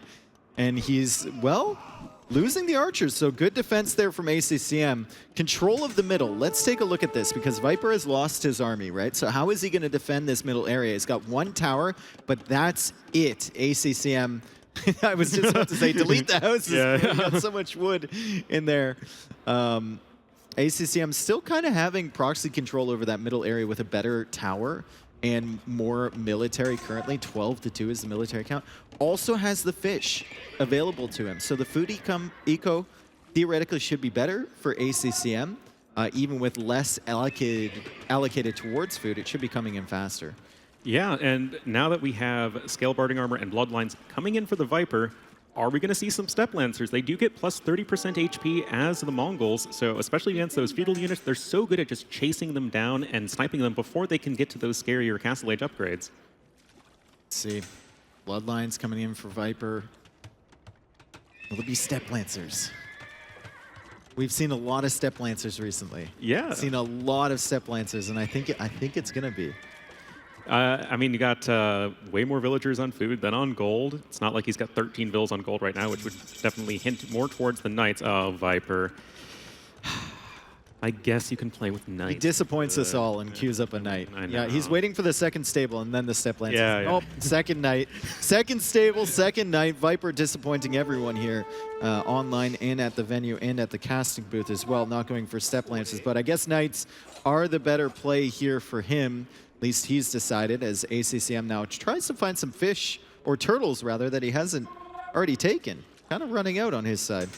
Well, it's given him lots of food so far. Viper also able to pick up the bow saw upgrade, which is certainly going to be helpful. And if we're looking at a cavalry battle between the two players, because, well, they both have 2 stables, we always have to remember that Mongols can add in knights, Japanese cannot. But ACCM starting to find a little bit of value, and even, only 5 villagers can garrison the tower if and when Viper notices. There we go. And it looks like he just killed all the excess villagers anyway. I think you meant to say camels. Is that camels? Yeah, you said Knight. Oh, I'm sorry. I think, no, but I completely understood you. I was on the same wavelength. Yeah. Camels are not available to the Japanese, and the Knight counter from them would be either going into pikemen, which you need large numbers of and large number of barracks and whatnot, or going into monks, which is exactly what ACCM has done here. He set up the monastery. You could grab that relic in the center, and he also is holding these villagers in that tower from Viper hostage, although Viper is posing quite a bit of a threat at ACCM's economy, as ACCM is forced to stonewall himself up there around his TC. Viper, though, is losing villagers, and ACCM, the food advantage for him is really starting to come into play. Viper's got 1 food in the bank right now, only 10 on food currently. ACCM doesn't seem to be having problems in that direction, but he might be having problems here. University wall. Having to delete his mining camp so he could place the foundation right there, but I mean, you got to do what you got to do. You can just replace the mining camp without too many issues. You can't replace those villagers nearly as easily. Viper has found these fishing ships, but they are Japanese fishing ships, so they are going to be a while. Yeah, we'll come back there in a few minutes. Yeah. That scout is going to be it's trying its best. I think a Knight would be better suited. Yeah, you could definitely make that argument. But speaking of camels, Viper is now mixing them into his army composition. They are both faster than knights and are going to be very strong against them. We have the tower here doing a little bit of damage, but right now, ACCM, he's on 1 TC to 2, but he has the fishing ships, and his army is pretty solid. I think we're seeing just all the advantages the Japanese have in this matchup, right? They don't have to spend as much wood on the mills when they come forward for the fish. Their militia are a little bit faster attacking. We didn't see that come into play too much, but they can go for that dock, get the beefy fishing ships that have good food income, and then they have a pretty full-ish tech tree once they're in Castle Age to utilize. Yeah, they really do. And at this point, Viper smartly picking off those fishing ships. ACCM. Big walls. Oh my god. He's walling a continent over there. Oh, man. Fish, and it's all mine. Yeah, well, at least that little section of the map. ACCM is picking up relics, at least the one in the middle.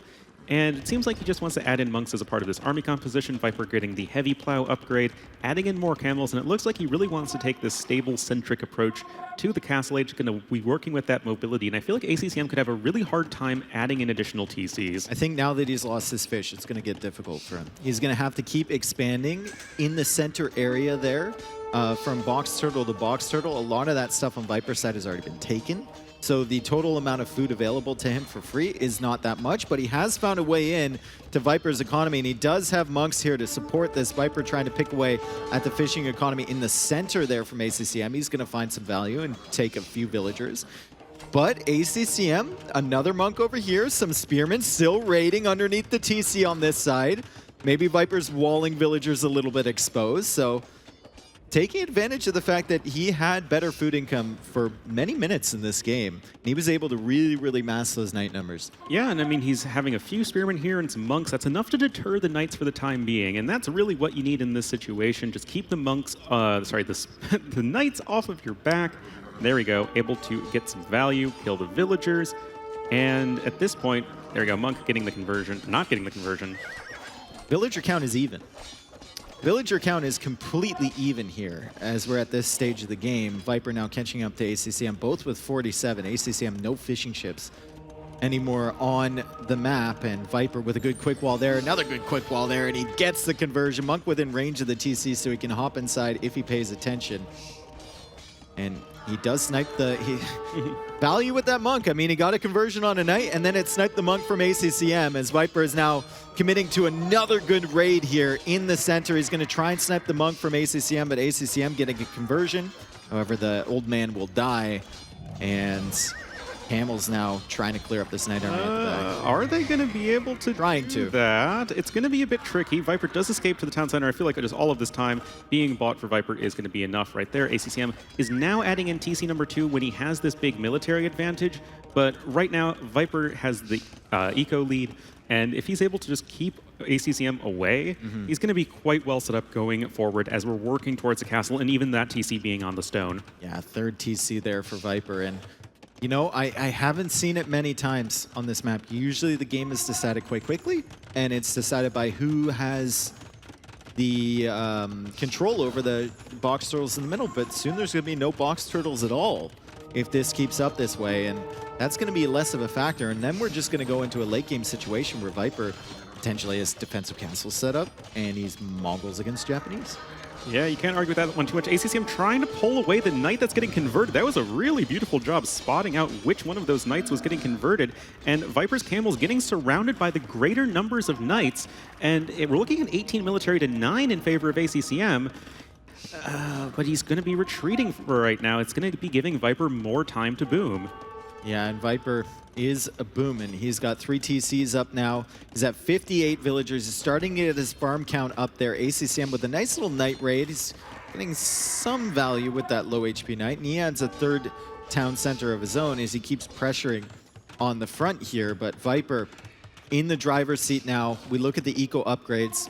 +2 on the wood, +2 on the farms. ACCM only the first wood and farm upgrade here with no player having access to wheelbarrow just yet.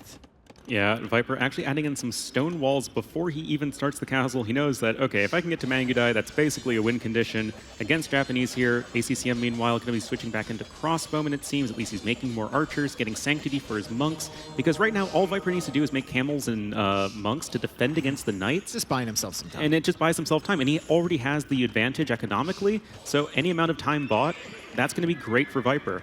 Light cap for ACCM. Viper going for a castle on that right side, which basically locks down that entire right area. And ACCM's going to have to push in where that starting TC is now. As he dives in with the knights, I don't know if this is the greatest engagement ever. He definitely didn't see those camels when he dove in towards those monks. He does get some value here, and it looks like ACCM is going to clear up this army, but I think Viper is buying himself enough time to get that castle up. That's definitely why he took that engagement.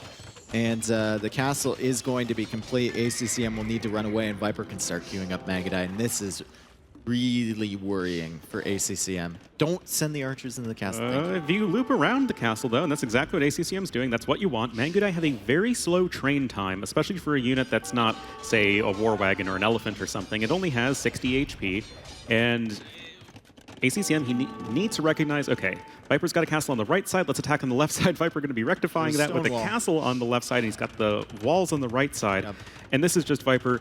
He has 2 military, but he doesn't even feel like he's in that much danger, providing these quick walls are on point, and of course they are. Yeah, ACCM, it feels like he just didn't pressure Viper enough, right? He just didn't pressure him enough when he had the knights, and he was inside of Viper's base. He was getting some decent value, but it just wasn't great value. And Viper now with 2 castles set up, even goes for, I believe that was a university over there, to start getting his techs. And right now we're just looking at his eco setup. How fast can he get up to him? Right now, ACCM actually looking like it's going to be faster for him. Well, he doesn't have as many villagers, but he does have way more on food. He's still taking from some box turtles here in the middle. Viper now picking up wheelbarrow. Elite skirmisher coming in for ACCM. That is going to be pretty important versus those Mangudai. And I think now for ACCM, it's just going to be very difficult to find damage. That's why he's not producing any military right now, because he's just going to need to get to Imperial Age to find out a way to deal with this Imperial Age Mongols. It could work, though. I mean, Viper made one of his castles forward, and that's the risk factor with late game Mongols, right? You make the castles forward because you feel like you need them to not only produce, but provide you with some sort of aggression or forward defense. And then you lose the castles and you can no longer produce Mangudai. And it's an issue. ACCM is on stone right now. He could theoretically come forward with the castle if he's able to control the Mangudai movement with his skirmishers. Gets to Imperial Age faster, trebs down the castle. Suddenly Viper only has 1 castle to produce Mangudai from, and he might be in trouble. Yeah, that is, I think, going to be ACCM's best game plan. Almost has the resources for Imperial Age, and, you know, we got to say, Viper, he is getting a lot of Mangudai upgrades right now. He's getting ballistics, husbandry, the armor delaying him upgrades, from and going that up just in. delays your Yeah. Imperial Age. Yeah. And it doesn't matter how good Mangudai are, if you don't have any castles, your opponent can eventually whittle them down. Where does this castle go? Does it go right on the middle? Yeah. Super satisfying castle. Exactly. That is what we like to call the crocodile castle right there. Is it's on the middle. Even move the relic to make way for that.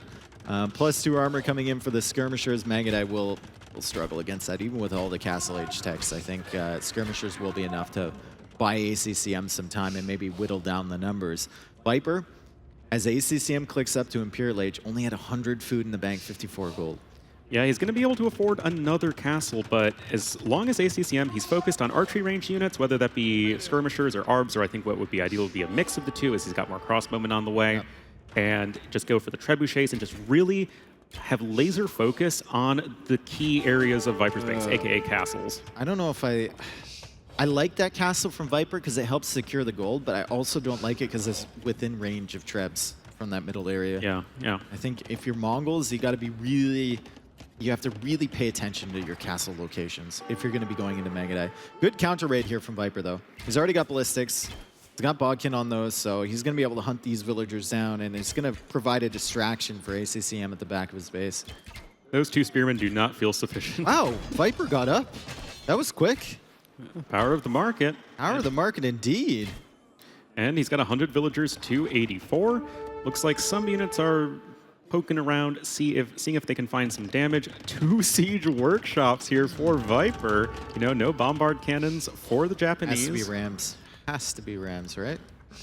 I don't think he's opening Onager. I mean, Surely not. would it be the worst thing in the world? Your opponent's going for like mostly ranged units. He's going mangonels. I just think that's a big investment. yeah, Honestly, I yeah. think you can invest your resources into better things than that. But I mean, it's going mangonels. He's maybe afraid of the skirmisher mass, and I guess your mangonels might be able to hit the trebs without getting hit by the castle. It will be difficult, that is for sure. Got Imperial Age just about to be in here for ACCM. Now, he's only on 1 castle, so it's not like he can just immediately produce 2 trebuchets or something like that. It will be a little bit slower. But Viper, 557 stone in the bank, 0 being mined right now. So he's getting the stone mining upgrade. He's going to need some more because will need to be some repairing happen on this castle if Viper wants to make it to late game. He also might have thought, no, he's queuing up more mangonels. Okay. Viper is getting masonry to make his castle a little bit tankier. Going to try and have it survive for a long time. He's got 557 stone in the bank, so plenty to repair for the time being. But ACCM comes forward with another castle, and that's going to create a nice little pocket for his trebs to sit in safely. Yeah, you can easily quick wall in some trebs if some melee units run in. Now, we know in the case of Viper's army that isn't actually relevant, but still, the idea behind it's really nice. We have ballistics in here for ACCM, and with the longer range, the skirmishers are able to poke away at the Mangudai. Those Mangudai are going to, well, Mangudai. I think Viper just lost 100 stone on a TC Foundation, where he's fighting on the left side. He lost 100 stone where his army was, but we'll see. I'll have to ask him about that afterwards. Yeah. Well, it's just 100 stone. We have drill coming in. Onager, oh my goodness. We see this from time to time, and you, of course, get 50% greater mobility for your Siege Workshop units. With that upgrade, Onager going to be good for flattening the archers and skirmishers. And ACCM's going to need to be really careful, right? Because those skirmishers are not going to be especially effective. Viper is also queuing up trebs, so he needs to push back that first castle before he can really get in there and range the trebs. They're so close to the castle. That's going to be tough for the Mangudai to come in with the skirmishers protecting them. Also going to be tough for the Onagers to come in there with Bracer already in for ACCM, so the range on that can send them from quite a long distance away. But Viper would he'll say, haha, walls, I will simply cut your wood line and I will be into your base. ACCM needs to make sure he's not too distracted by this. Send a few skirmishers back, pick off units one by one, send your reinforcements over there. Just don't let Viper come in and snipe your traps. Keep killing his castles. Yeah, that is basically your win condition right now if you're ACCM, that and not losing your entire economy. But you have the skirmishers who are able to at least ward off the Mangudai for the time being. Has to be careful with his own forward castle as we actually have a samurai switch? I see 9 samurai and counting. Well, I mean, they're just a cool unit. Yeah, I don't think anyone would argue against you on that one. Oh, big shots there from Viper. The Onagers finding value, and they can retreat in time. And ACCM maybe taking his eye off this area for 1 second, and Viper punishes him really, really hard there as he has the Magadite behind to protect against the Samurai. He's got the Treb firing on the castle, and now the Trebs from ACCM, without that forward castle to protect them, without that pocket to sit in, are getting ranged by the Onagers. The Onagers, I give credit to Viper, didn't think it was really the best investment for him to make, but right now they're paying off, even if he only made 3 of them. It is enough, and getting those huge hits on the skirmishers means that the Mangudai can run in with impunity. ACCM's army is in free fall. Viper getting really far ahead in the KD, as that's going to be another very solid hit as more Onagers are 16 on the kills way. on that bad boy. Never mind, 20 kills on that bad. Never mind. And it's counting as that is getting repaired by those villagers.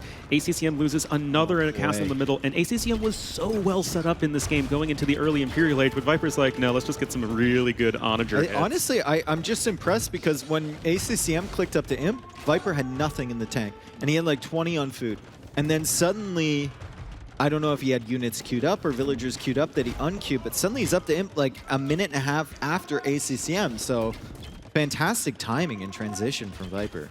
Yeah, now we have GG being called. There we go, as the Viper going up 2-0 in this best of 5. One more game, and he will be making it to the semifinals tomorrow. And I wouldn't go so far as to say it was like a big comeback from Viper, but he was in a pretty tricky situation, and he found a way out of it. Yeah, I think ACCM was in a couple tough situations in that game too. I think sniping, finding the fish and sniping that was a big deal because ACCM lost, what, 7 fish, and suddenly all his food income is coming from the middle. Meanwhile, throughout that whole process, Viper's setting up farms. Like, he started setting up farms early feudal age, right? So he has food available to him that is not just homegrown on the map or in the city. It is literally homegrown. Yeah, exactly. He has food sources that aren't free that will last him a long time in that game. ACCM has to worry about those transitions. He did have a nice little spike there in Castle Age with the Knights where he got in, but just not enough pressure coming forward, and great awareness from Viper to realize when he can send units forward and when he can just defend with walls. Yeah, and those walls kept out ACCM's army when he had like a massive army advantage, like 20-8 or something like that. And that army advantage is all in Knights, and Viper, he got the TCs down, he got castles up in good enough positions, and he got to his late game of Onagers and Mangudai, and that's all you need. I'm just so surprised the open Onager. It makes sense theoretically. Yeah. Right? But like, you should never have that much time to open Onager and just be fine with it. But I mean, the timing window played it to perfection. Yeah, and then just being able to take the fight, even getting the shots onto the skirmishers, and then being able to follow it up. I mean, he did exactly what he needed to do. The castles did start to go down for Viper, but that just doesn't matter if you've already destroyed your opponent's entire army. Yeah. Okay, so 2-0 for Viper over ACCM. Remember, this is elimination, so ACCM has come all the way here from Vietnam. He already has a hefty chunk of the prize pool just for making it through here for the qualifying. He wants more, for sure, and he said Viper is his toughest matchup.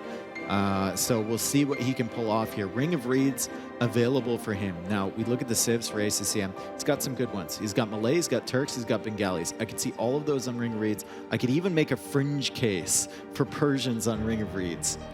You know, we see a lot of fast castle into knight aggression, and Persians are great for that. So I don't think it's especially likely, especially because we have Frigid Lake in the map pool where Persians are fantastic. But in this context, I think any of Bengalis, Malay, and Turks all going to be solid choices. Maybe not so much Turks because it's difficult on Ring of Reeds. Remember, you only have palisade walls on this map. Yep. So you can't just go fast castle Janissaries or something like that.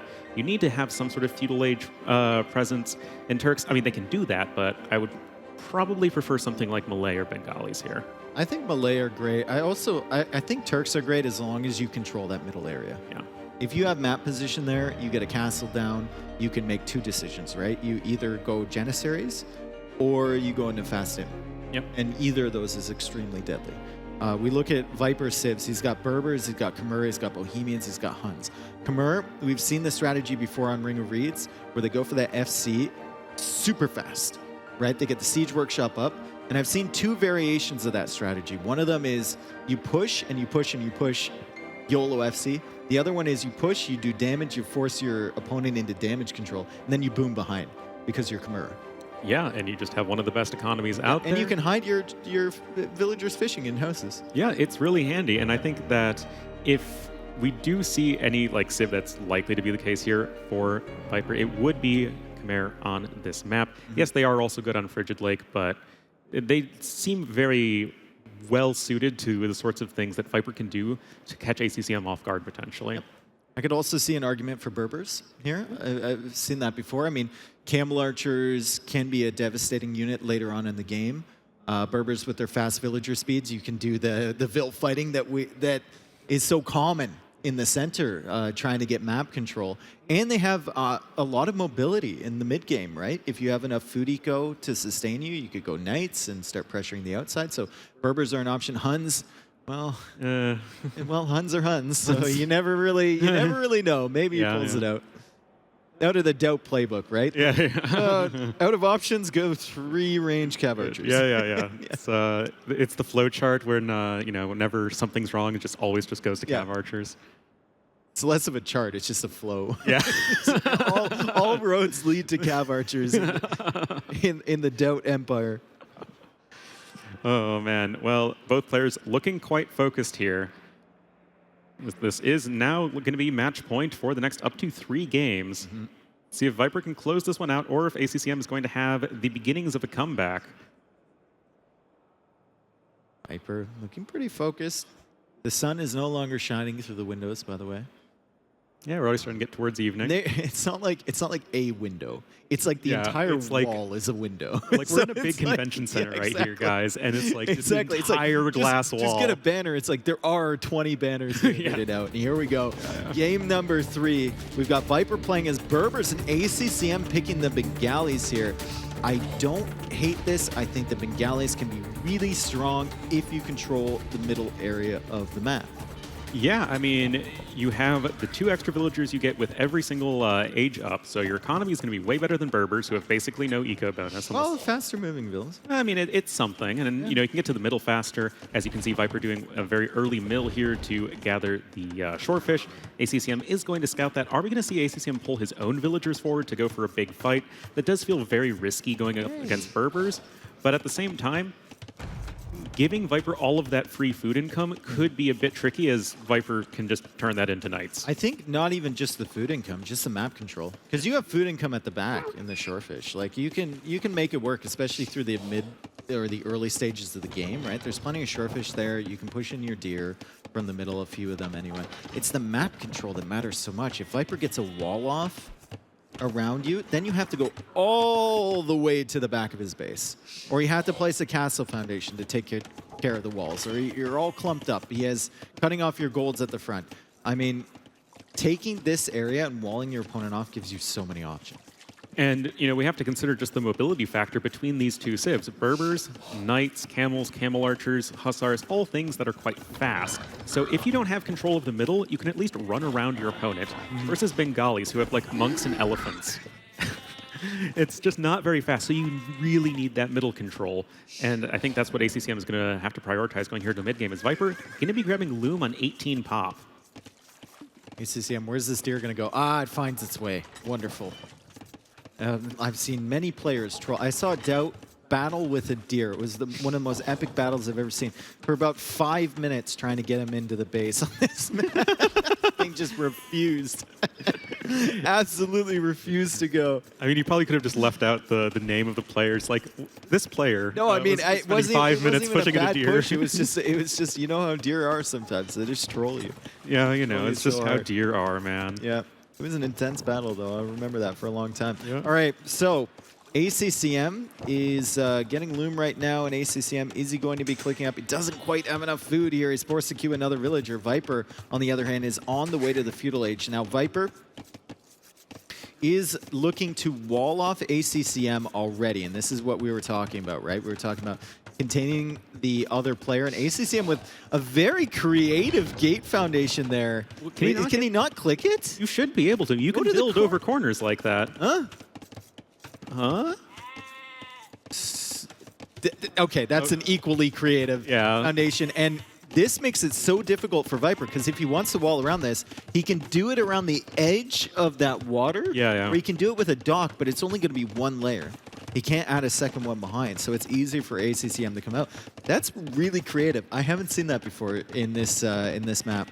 I think I've seen it once during the qualifiers, but it's not something that's easy to pull off. And the one time I did see it, it just sort of made the wall a bit more difficult. It was further away from the shoreline. So I think just the way that he positioned that gate is really important. Viper's like, Viper, no. Look at how much importance he's putting on this. He's like, I need to keep you inside.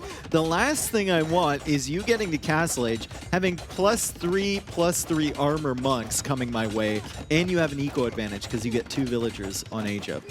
Yeah, and it's interesting that Viper, I mean, he's going to have 4 villagers punching away here at the gate, and now we have an archery range that's going to be coming in, I believe. And Viper is just going to continue with this pressure. A watchtower would not be especially unlikely here, given all the 4 villagers, and there we go. Yep, and he's making a tower. And that tower is to secure that area so he can deny the gate. Everything, all of Viper's energy and strategy is focused towards killing that gate currently. It was a good play from ACCM to get that thing up there. As ACCM now goes for a counter tower of his own, Viper's got an archer range coming up. Looks like ACCM also building an archer range, and that's just to garrison archers inside the tower. You also have some utility with them. If you loop around the back once the towers are dead. Yeah, you really don't have that much space with which to work on this map. Inside your walls, you do need to go on the outside, especially if you have villagers gathering from the shorefish there. Right now, we're likely to see both players sort of phase out villagers from the tower so that you can just put the villagers back to work as archers are being trained. And there we go, Viper now dropping the mill at the back. Even have an early blacksmith here for ACCM. I bet have loom. Yeah, I'm like pretty sure he is then. Okay, because that villager took a lot of damage there, the one that was building the tower. But we'll see. We'll see. Maybe he forgot it. I know a lot of players are fully focused on quick uptimes, but 90% is that he has loom here as he comes to repair this tower. At least we hope he does. Also baiting the shots from ACCM, so that's great. Use of the scout there from Viper as ACCM now gets fletching. Viper does not have fletching. ACCM should have the advantage here for the next little bit.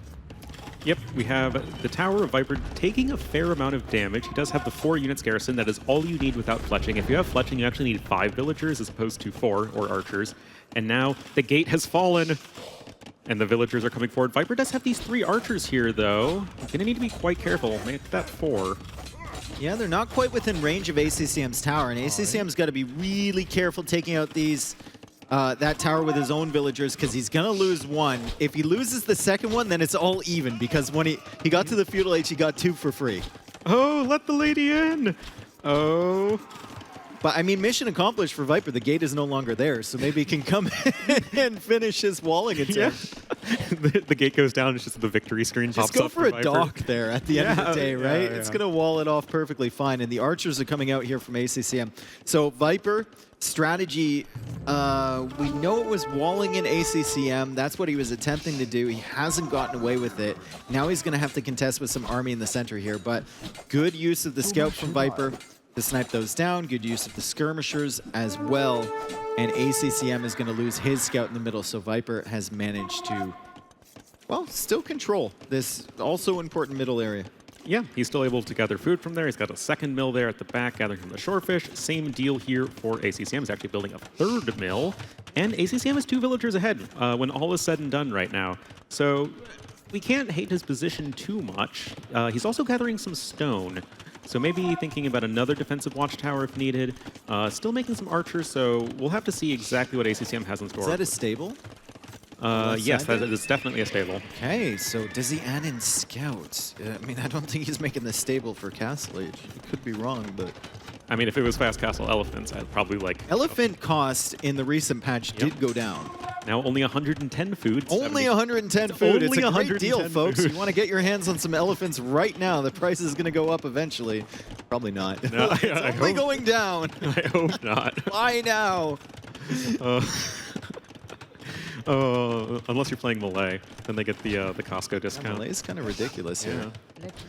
Well, Viper is going to get that tower up in the middle, and that is going to, of course, protect those food gatherers. And the skirmishers coming out. Looks like ACCM is going to be forced back for the time being, but... Oh! He's going for a tower of his own. Viper will see these villagers coming out, though, because of his walls. So he'll know that something is going on here. Viper also, like, resources just set up to go to Castle Age, right? ACCM, he's got 10 on food right now. Really contesting this middle area. Viper's got 3 mills on the Shorefish at the back there. Well, that tower is on the way, and if it goes up, Viper might have to at least abandon that area of the middle, might have to go to the Shorefish to the right of the mill, which, I mean, it's not the end of the world. It's not the worst thing in the world, because ACCM can't take any of this food. So. No, I mean, that tower is just smack dab in the middle of the map here for Viper. Villagers just dropping off their venison. And yeah, he's at 600 food already to get towards Castle Age. And at this point, I feel like he can pretty much transition into whatever he wants. I think he can go for like a castle drop if he really wants to be aggressive, or he can boom or make knights or whatever. Just kind of feels like ACCM is, his objective here is just to keep the middle open. He's not even trying to get too far ahead. He's just keeping the middle open to keep his options completely available, right? Because if Viper shuts him down there, then he's going to have to use his mobility with a Civ with limited mobility around the outside area. Villagers trying to come forward. Don't think they're going to find a whole lot of value, as ACCM is now sending what looks to be upwards of 7 villagers to stone. But Viper's already on the way up to Castle Age, and ACCM is still pretty far off. I feel like you don't want to spend too much time in Feudal Age right now if you're ACCM. You're not going to get a whole lot done offensively. Well, I mean, as soon as he gets the market up, he'll be close. He'll be close for sure. He can choose to sell that stone if he wants to. That's his second mining kit, by the way. He already had 3 villagers on stone at home. And there we go. He's got the market. He's buying some food. Now it's a lot closer than it was previously, but Viper now going for 2 sneaky stables at the back. And I think this is going to force ACCM to get all of his attention in the center area, as Viper will take control of the outside edge of the map. Yeah, I mean, it was great scouting, though, from ACCM to find those stables before anything could happen. He's already evacuating these villagers. If 2 knights had shown up there in early Castle Age, that could have been an absolute disaster for ACCM. But now they're going to be safe. And, well, guess what? The middle's now open, so you can just go take food right there. The big issue is just going to come from this difference in Castle Age time. And I'm not too sure if Viper wants to be playing this one full aggression 1 TC. I mean, he's still mining a little bit of stone, but I wouldn't be surprised to see a forward siege workshop here as well. Forward siege workshop from Viper. I mean, he's gonna have to be concerned about the options from ACCM in that center area, right? If ACCM goes siege workshop of his own with monasteries, or God forbid a castle drop, which is what it looks like right now, and just walls the bottom area of his map, he's taking control of a lot of golds, a lot of stones in the center, lots of space to farm, wood, everything like that, and he's pushing into Viper's base, while Viper's knights are just kind of sitting there wondering what to do.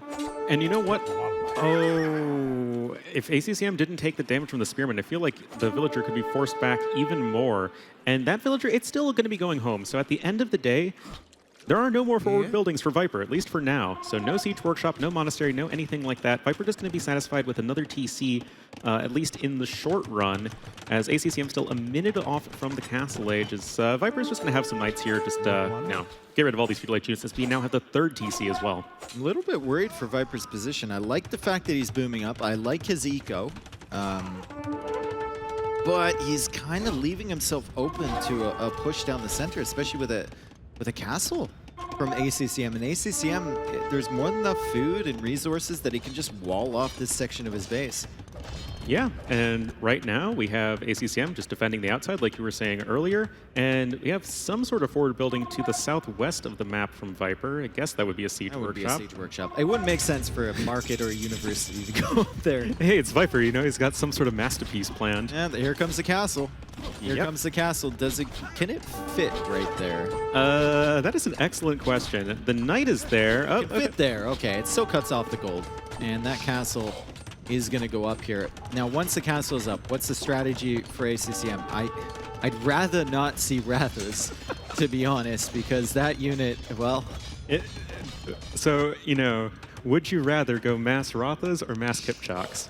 I mean, at least Kipchaks are fun to use. Yeah. Rathas, I mean, just struggle against anything skirmisher. And I mean, Burmese even get, or not Burmese, sorry, Berbers get access to Genitors. Yeah. They get really good skirmisher units. We have a second TC coming in as well here for ACCM, and with the power of the Bengali economy, he is at least going to be able to keep up in terms of villager count with Viper, although Viper does have Bowsaw, which is handy. But that Siege Workshop, it is in a strong position, and with the castle going up, it's going to easily take down the Watchtower, and Viper's going to need to figure out some way to not take damage at home here. Viper, I think he is still shifting his villagers along the fish at the back, though, and he almost has enough stone for a castle of his own. Yeah, he's utilizing his map control so well here. TCs along the fish, more mills along the fish. He's keeping a Siege Workshop back there. He's holding ACCM in, and he's banking enough stone to maybe put one defensively near his starting TC. And then if he finds himself in a position where he can click up to Imp, potentially get up to Imp faster than ACCM and tread this one down. Well, at that point, if you get the castle up defensively, you're holding ACCM in his base on the outside of the... And you get access to bomber cannons, which ACCM does not get. Nope. And yeah, that town center is now under pressure. Some villagers are being idled. Redemption is coming in. I mean, Bengalis do have very strong monks, so you can convert some of those mangonels. And I mean, honestly, yeah, Viper's going to get that defensive castle, and ACCM is going to have nowhere to run on this map. Rathas are investigating. They're going into the eco from Viper. They look like they want to do business, and they're going to die to a town center. Nope. They're going to think about dying to a town center, and they will potentially kill some villagers along there on the fish, but it's a big mangonel shot from Viper. ACCM only losing 3 crossbows. Viper with the crop shots there, trying to range the crossbows as they come back. Elephant now coming out for ACCM, but it's stuck behind some reeds. He wanted to pop out the elephant just so it could attack the mangonel, which was right next to the stable at that time, but unfortunately... Viper! Oh, they stack up once again, and the crossbows go down from ACCM, and the monks follow. Viper getting such value with the mangonels. He did lose the initial killer there, but he managed to clear up the elephant with his knights, and he's pressuring in again. Right now, Redemption not getting much value for ACCM at all. No, you need to get Sanctity with Redemption, otherwise you will just die to one mangonel hit, and that is exactly what we saw here for ACCM. He's got a few more Rathas coming back, some more monks on the way, but that was a fight that was really well set up for ACCM. He had the right units to deal with what Viper was throwing, but he just lost everything. What happened? What's happening with the stone count from Viper? Is he just in a position where he feels like, I can delay these castles, I don't need them right now, I'm going to wait and see what my position's like in 2 minutes from now and then place the castles? In 2 minutes, he has enough stone for a second castle. Exactly. I feel like a lot of times players will delay their castles, and I'm not too sure why. I feel like, you know, as soon as you get that 650 stone and you have an idea... He gets housed once. Yeah, judging him. Well, he's only 6 pop away from getting housed. He's almost there, and he is still not making the castle. But maybe he just wants to see if he gains himself a really favorable position, he'll go for a forward castle. But I think one of those at least has to be defensive, and the other one should probably be on the side. Yeah, that makes plenty of sense to me. And right now, that mangonel is being forced back, so that's something. And we actually have scale barding armor coming in for ACCM. Now, Rathas don't benefit from that. They benefit from Cav Archer upgrades for the most part. I was about to say that. It seems like a strange upgrade, especially because you don't get knights either as Bengalis, so maybe he's... I mean, it is a confusing unit, to be fair. Yeah, it's a very odd one. Now we have some scouts coming in for Viper, who is grabbing Atonement. Now, Berbers have Atonement and they have Redemption, but they don't have Sanctity. It's like one of the most trolled monk tech trees out there. So you're going to need to be careful. So the Rathas... Another castle from ACCM. Man. Another castle. And that's a little bit deeper in Viper's base now. Oh, boy. And Viper still, like, he's gone for... No, he's sold his stone. He sold a lot of his stone, and then he built another TC, so suddenly he doesn't have enough stone for a castle. He can buy it back if he wants to, or maybe drop off from that stone pile, but the Rathas are in here. Viper, I could maybe advocate for a counter castle there, but he didn't have enough stone to initially put it, and he's going to have to figure out a way to take this down. I guess so. I mean, he does have more villagers. He's going to have to evacuate the town center there. He's still putting pressure on at the back of ACCM space, although the monks are going to come in. Atonement in here for our blue player as well. And this feels like a position that's good for Viper still, but I feel like it could be better position. It can snowball. I think this position can snowball. If Viper's base gets cut down the middle here and suddenly he's got eco on both sides, it's going to get really messy. I think the good thing for Viper is that ACCM is making Ratha, which is a very underwhelming unit, especially if there's any skirms in the field, which is basically countered by completely and utterly. As Viper now goes for a classic patented 1 villager castle. Oh, 2 villager, 3 villager castle. Don't go overboard, Viper. Yeah, don't strain yourself, my friend. And ACCM is starting to set up the TCs in the center area there. Viper maybe banking up res for Imperial Age. We see 600 stone or gold almost, 400 food, and he's really working his way towards ACCM, spending his resources. He's got Ratha coming in once again.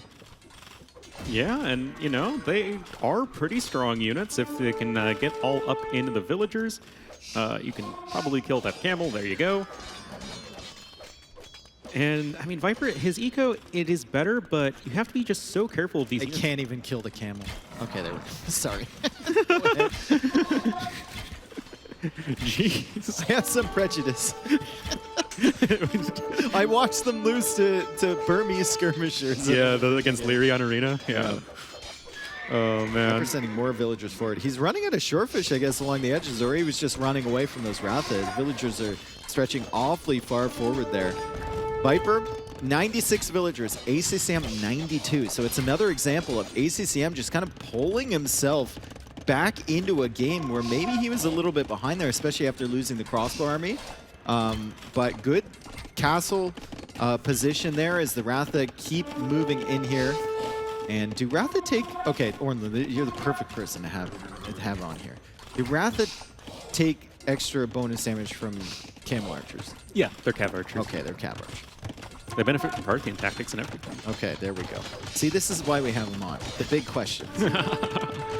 Well, Ratha here are going to be struggling under the castle fire. And you know what? You were saying earlier, Viper, if he's able to get to Imperial Age faster, he's going to be really well set up because he controls the outside, and that's exactly what we're seeing right now. Yep, there is kind of a castle in the middle of everything right now from Viper, and that's the third castle that is forward, so that's slightly concerning. Also, the 14 Ratha that ACCM have running around, but Viper is finally starting to add in some camel archers of his own. Ooh, this is a good find. Oh, yeah. Villes, I don't know if you're fast enough, all of you, to escape that. ACCM is going to kill some of you at least. Well, we don't have ballistics in, which is quite helpful for the Viper. He has some nice quick balls here as well, so he does minimize his losses to some degree. That monk seems to be at the wrong place at the wrong time. Well, Viper is just like controlling everything. Aside from this army and like one little area in the middle, Viper's still pressuring at the back of ACCM's base. He's still forcing ACCM to just kind of hang out in this area, and this is the value you get from doing stuff like that, right? You can pick off the odd villager. ACCM is consistently distracted, trying to raid Viper, and Viper is just punishing him. Yeah, now ACCM has caught up economically. He's also on his way to Imperial Age. He's still raiding Viper's economy, so it's not like all hope is lost by any means. And even though you don't get bombard cannons as Bengalis, you do have very good monks. So you can go for some block printing, and you already have redemption researched. Yep. So there are options here for ACCM. I do think he's going to need to figure out what sort of Imperial Age army composition he wants, as I'm not sure if you can just go mass Ratha here into the Camel Archers. I'm still questioning Viper's decision to sell like 400 stones. Yeah. It's especially with Berbers, where your ideal composition late game is Camel Archers. Yeah. And it doesn't hurt you in this matchup at all against Bengalis to go Camel Archers at any stage, Castle Age or Imperial Age. So it's very strange to me. He doesn't have any stone in the bank right now. He's only got one castle to produce Trebuchet, let alone Camel Archers. He didn't even get Casbah to make his one castle work faster. Yeah, he really wants the Trebs to come out. And, ooh, the Ratha army kind of running right through the Knights and the Monks. Or sorry, Monk from Viper, also Camel Archers on the way. ACCM losing some units. Maybe just clicking it back to his base and forgetting where that army was. Running through the hits from the Viper as ACCM is about to hit Imperial Age in 50 seconds from now. Is getting ballistics, same with Viper. But Viper, only one castle versus the 3 castles from ACCM. But Viper has started trebbing away. He's got one trebuchet out. He's got another one on the way. Ratha's going to be doing what they can here against the army of Viper. I'm not too sold on this unit being effective in this situation, as all of those chariots are getting dismantled. ACCM forced to fall back. He does have 25 Rathas, but they're kind of scattered all over the place. He needs to kind of group them up into one big mass, and then you can probably take a decent fight, but it's still going to be very tricky. Yeah, ACCM has lost one castle, and that was the castle that was in the middle of Viper's economy. He's going for another defensive one at the back of his base, but Viper is going to shift those trebs forward to start ranging the one on his main gold. I think ACCM can defend this because ACCM still has some on gold. He's got a lot of Ratha there, and he's got 2 castles forward to produce trebs, whereas Viper only has that 1 castle behind. Yeah, I mean, the Ratha here, they are still able to find damage, and of course, you can just put them into melee mode. They can swing their big flat swords, and yeah, those trebuchets are going to go down very quickly.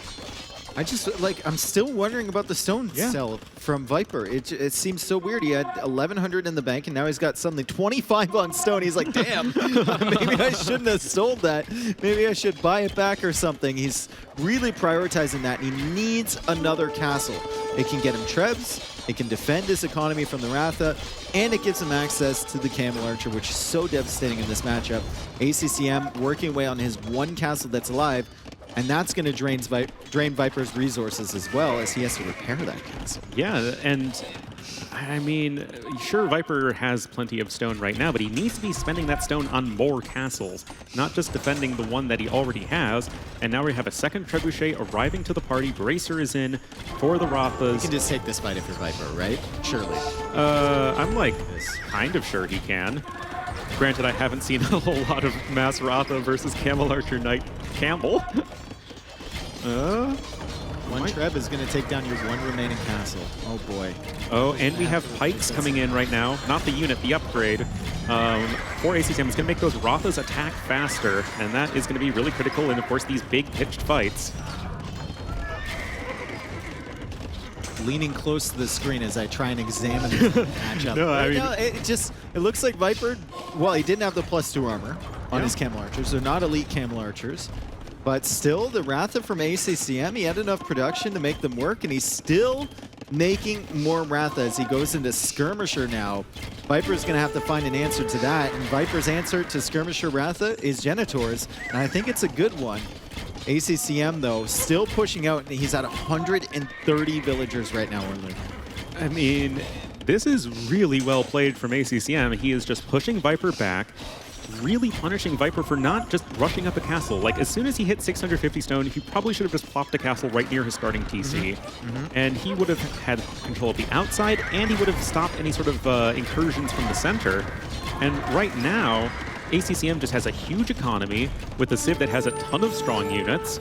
And, I mean, the Camel Archers, like, they're super efficient, but if you don't have any castles, like, how long can you keep them alive? We're in a similar situation now where Viper has 1,200 stone in the bank again.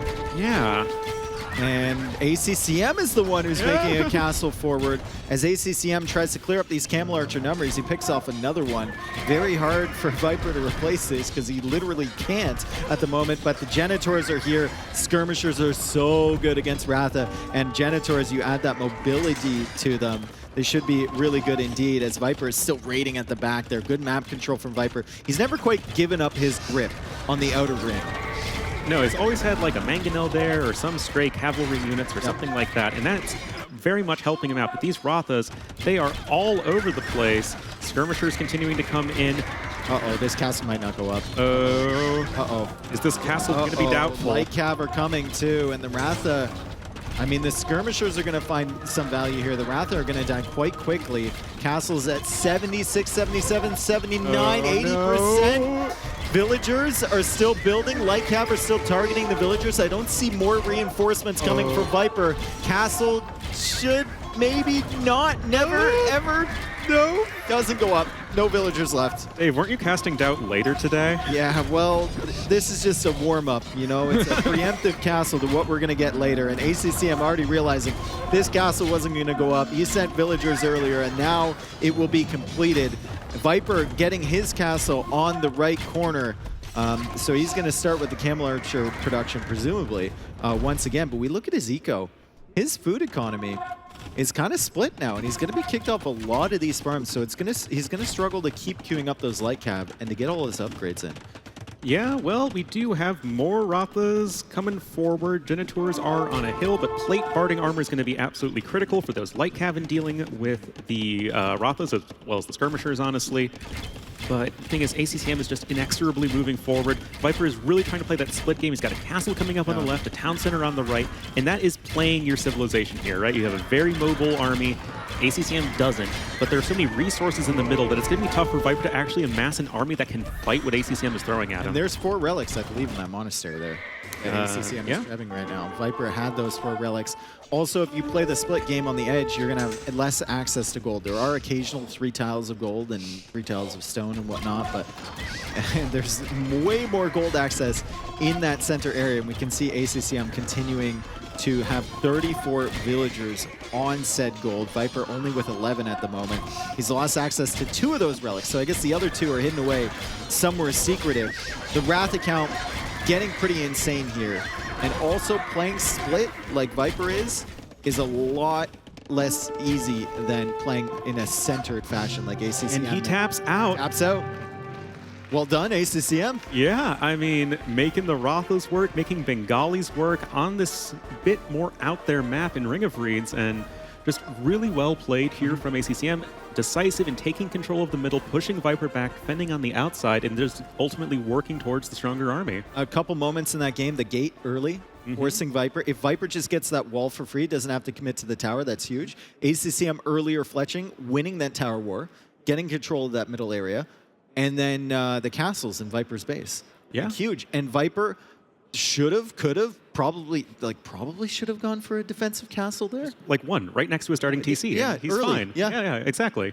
Or just even when he sees that other castle coming forward, there was only 3 Ratha behind there. You can kill that with TCs, and then you build a counter castle with like 15 vills, but he didn't have the stone because he sold it. Yeah. I don't know if he was trying to, did he sell it to get atonement? And then there was no monk battles at all? Yeah, I would have to check the rec on that one, but it's an interesting game for sure, and just goes to show that ACCM can totally compete with Viper. These first 2 games, like ACCM had opportunities in both of the games that Viper won, and that one was also super back and forth, and I think this just speaks to how high level these players are and how competitive this tournament is. Yeah, it also speaks to Viper being able to close out games, though. Yeah. Like if Viper is in an even position with the other player, or a slight disadvantage, he just gets himself back into the driver's seat, right? And most of the games in that game, didn't happen. ACCM just held on. And he did it with Ratha, a unit that we were disrespecting heavily and will continue to disrespect. I mean, I don't hate them. He managed to do it. I think they're fine. He did it despite the Ratha, not because of the Ratha. Yeah. I mean, you know, they're all right units. But let's see what Viper has in store for us next. He has either Arena or Frigid Lake, as we have all of ACCM's home maps played at this point. And we'll have to see what Viper goes for. I mean, Arena is the closest map we have to Ring of Reed, so maybe Viper's going to want to take it to Frigid Lake, where maybe I think Viper Viper feels very comfortable on Arena. I mean, Viper is probably the best Arena player of all time. We could say that with many maps. It's like Viper is the best Arena player, as opposed to the other settings, which he is also the best player of all time. Well, I mean, Arena being such a specialty map, right? I feel like Viper is probably the best Arena player of all time, even against Bohemians, against Turks. I think he'll be very comfortable in that matchup. And ACCM ACCM can play Arena quite well, but he's not known for his Arena play. No, I mean, he can put on the clown nose when he needs to, but it's definitely something where Viper, he can play his macro style, he can play his late game style, all of the strategic decision making, army composition switches, castles on certain points of the map. I mean, that all is in Viper's wheelhouse. Okay. So, Frigid Lake, Arena, those are our possibilities here. Arena, we think, is most likely. And we confirmed. Arena is going to be the pick, and I think we'd be very surprised if it's anything but Bohemians for Viper. Now, Malay, maybe you could make an argument for that. Persians, not so much. Turks are likely to be the safe selection, though, for ACCM. I think that Turks Bohemians makes all the sense in the world, and I am down for seeing a lot of bombard cannons and Hofnitsa just shooting at each other.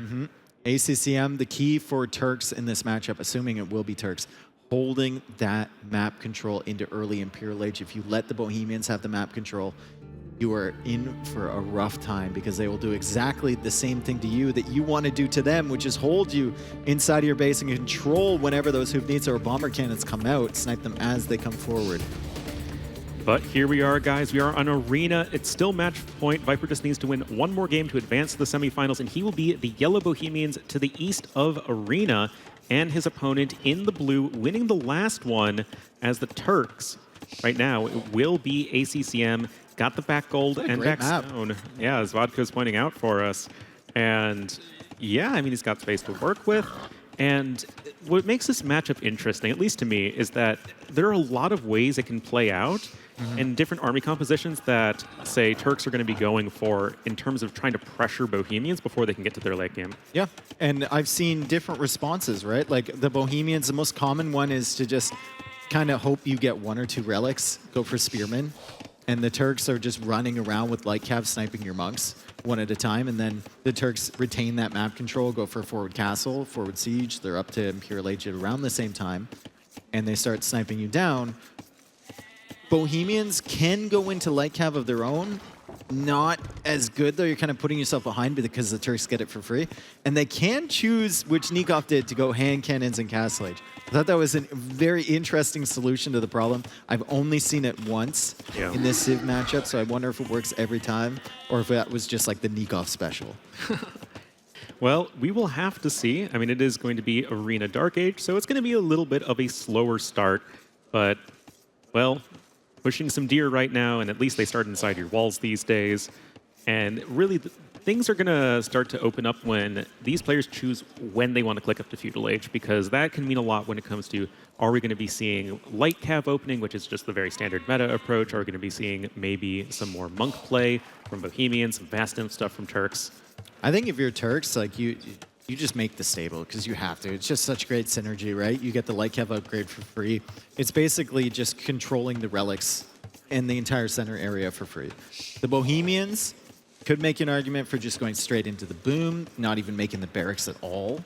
Or you can make the argument for barracks, couple spearmen, some monks, hope you get 1 or 2 relics. This deer is trolling Viper so hard right now.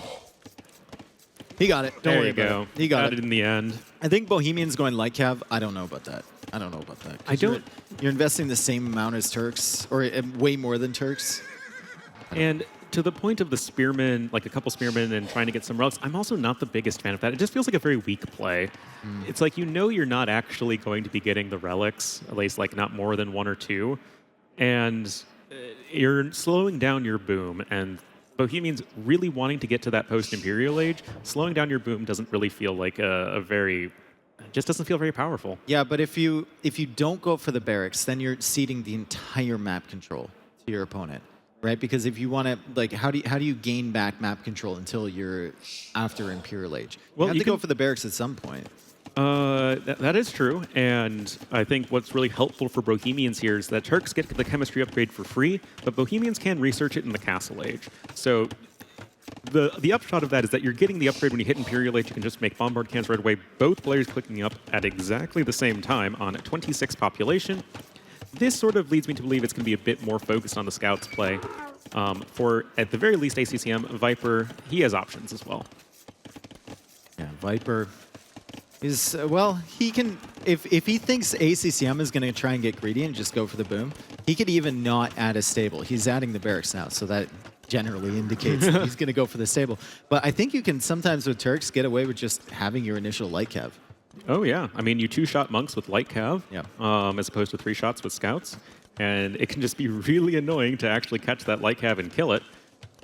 But we'll have to see what ACCM is going for. He is building a barracks, or at least what looks to be a barracks in and space. he should. Okay. So now our question is going to be, does he go for the stable, or does he go for just spearmen to help defend? I think with this barracks time, he's probably going to go for a stable and contest with scouts.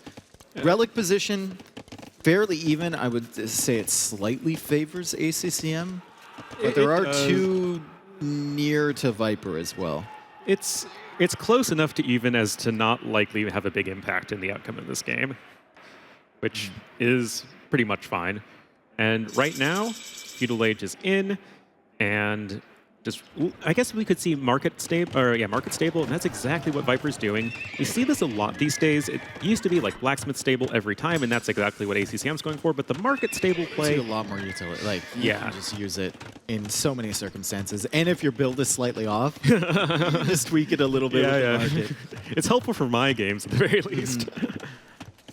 Yeah, but we have.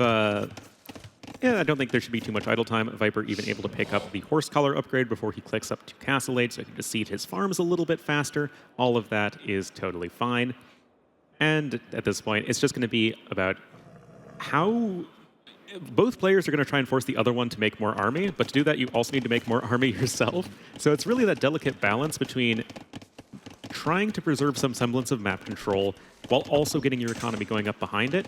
And in that context, neither of these saves are really the craziest, boomers out there. So it's going to be at least fairly generic as far as the ecos. Also, for ACCM, do you get light cap upgrade? Do you get it? Well, you get it for free. Or do you mean Viper? Oh, sorry, Viper. Sorry. Just got them completely messed up there. Do you get it for free? Or you do get it for free, sorry. You've been casting a while. Yeah, I'm already 2 sets in. Do you get the light cap upgrade if you're the Bohemians? I think it really just comes down to how much you value really trying to take map control. Because if you can hold Turks to 1 relic, then they have at least some sort of clock put on them, because Turks just don't really tend to win games without any gold. And we will have to see exactly which upgrades these guys are prioritizing. Notably, ACCM has not gotten double bid axe yet. That feels like just a mistake. I think he just forgot. Yeah. You got horse color on the way up. Usually you get double bid axe on the way up, but he wanted to see his farms a little bit faster. And here come the engagements from Viper and ACCM, and it looks like Viper is going to be chasing away that first scout from ACCM, and his are going to upgrade automatically to light cav here in a few seconds. ACCM can now take an engagement. Maybe. Nope. 4 scouts from Viper. Yeah, this is 4 scouts from Viper, and also in one, instant light cav upgrade. You have the Monastery coming in. ACCM is actually able to afford a second TC, which is pretty helpful. Again, just resources that you don't have to invest into light cav upgrade is helpful in this regard. So maybe his boom is going to be going a little bit faster than Viper's is, but at the end of the day, these are all, they're minor differences to similar builds. Viper still without that second TC coming up. Should be following shortly. And still trying to just find those beginning monks from ACCM. That's why he's got his light cav looping around that way. He doesn't want to take the initial engagement against the light cav in the center. He knows he probably has less HP there, and he saw the spearman, which is slightly concerning. Viper adding in only 1 spearman of his own. And it is picking up fervor right away, now that his score is going to be helping the monks move 15% faster, but also it helps your villagers as the Bohemians. Bit of a scuffle going on right here, and ACCM does get 1 snag on a light cav before darting out. And it's just a nice early win. Remember, you can, of course, heal up any injuries on those light cav with your monks. HP doesn't matter that much in these initial engagements. As soon as you get a monk on the field, you can just repair the damage. So no, you heal them. You don't repair them. Well, no, it depends. Essentially the same thing. Essentially the same thing. Yep, Viper is adding in that second TC finally. He can even afford a 3rd one whenever he so chooses. ACCM not quite with the wood yet because he did not get that double bid axe upgrade, and now he's even grabbing wheelbarrow already. And Viper is putting on his own 3rd TC, and it feels like maybe his build is a bit smoother. All right, Monk coming out. Oh, ACCM dips back inside that gate with the Monk. He doesn't want to expose it too long. And the 3rd TC, like you said, for Viper coming up. ACCM still trying to get some value against these light cav. Viper's done a pretty good job with the mobility, though. Still running around, and he's got 7 light cav versus the 5 from ACCM. ACCM didn't manage to heal those light cavs, so he's got a couple weak ones inside that army. Viper, of course, with 2 monks ready to go. Sending the full HP ones out there to try and snipe the monk, but relic already coming in for ACCM. So that's going to be 2 relics for ACCM. Viper has not managed to grab a relic of his own yet. Yeah, he's using his monks to heal up his light cav, which is nice. It makes your light cav stronger in the fight. But it does mean the monks aren't out there in the world picking up relics. And at the end of the day, what is the point of all of these light cav if not to pick up relics? Like, that is the ultimate goal. So you do need to be a little bit careful, but Viper, oh, that light cav doesn't feel like it's destined for great things. Gonna try and get a second hit there. Oh, ACC. Oh my God, the longest conversion. I know they have resistance, but that light cav, it just held on to the ACC empire, however you call it. The ACC Empire? Yes, exactly.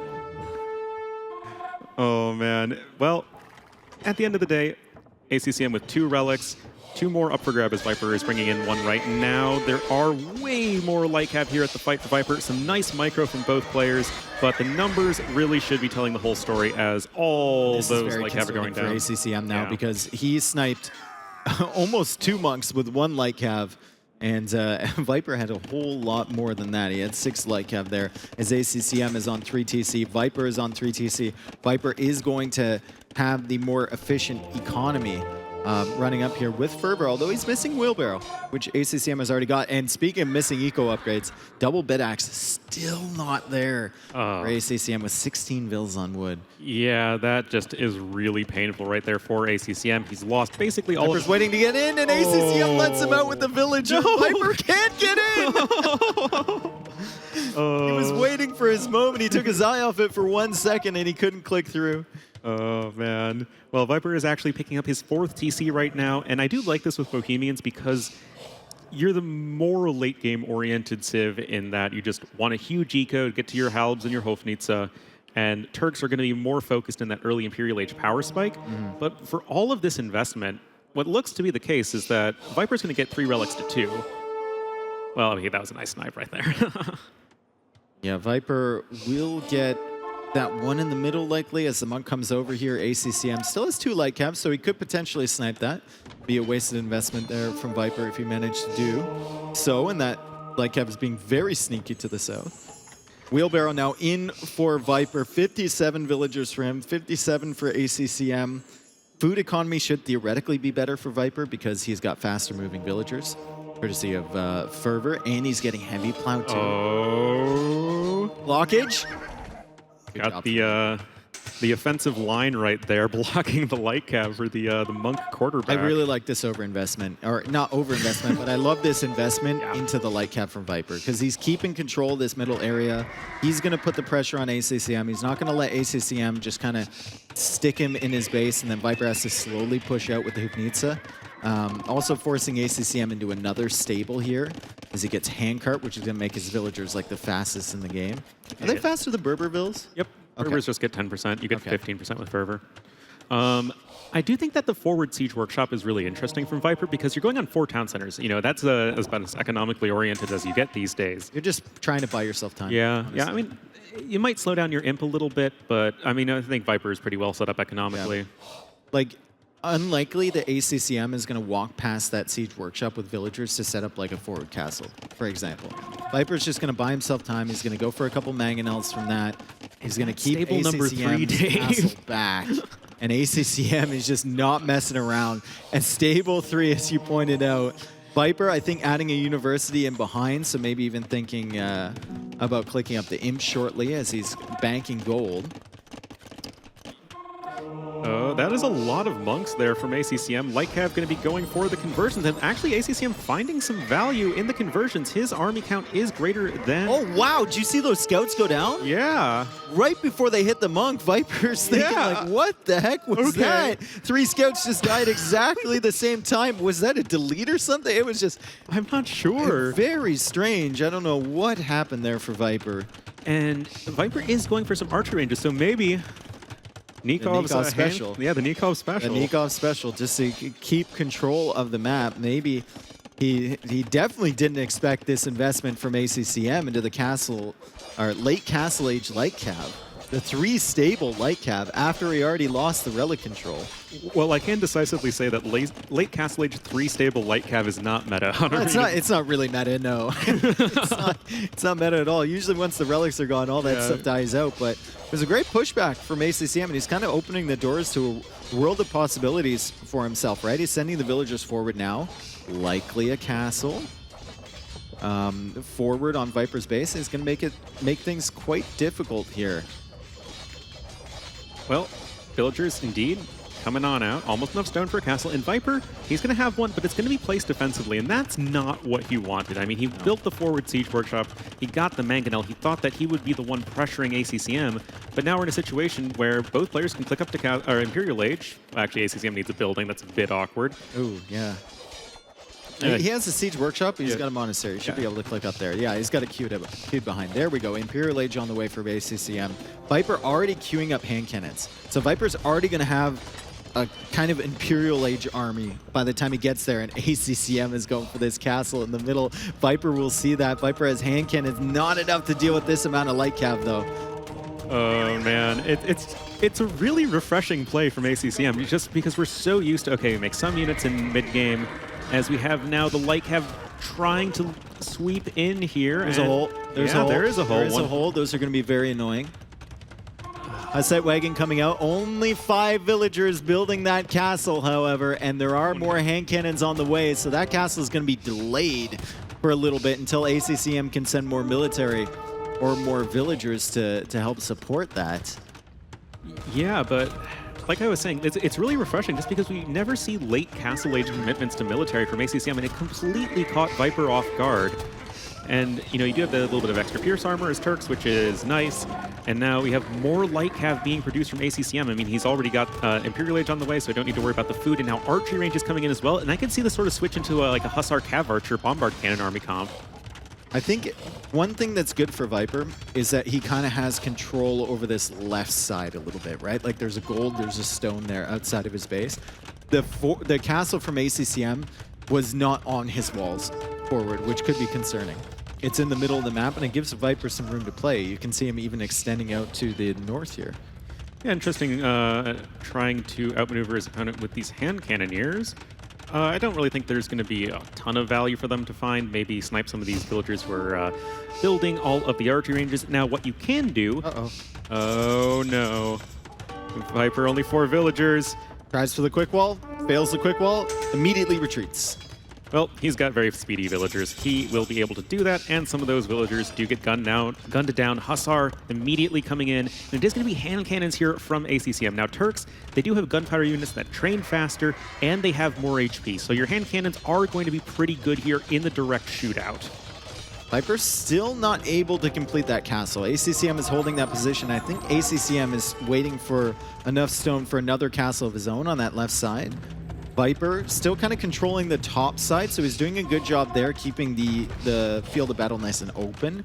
And that gives him opportunities, even if he loses this area, he can expand to the north. And I see a gold and I see a stone up there too. So Viper is keeping his options open.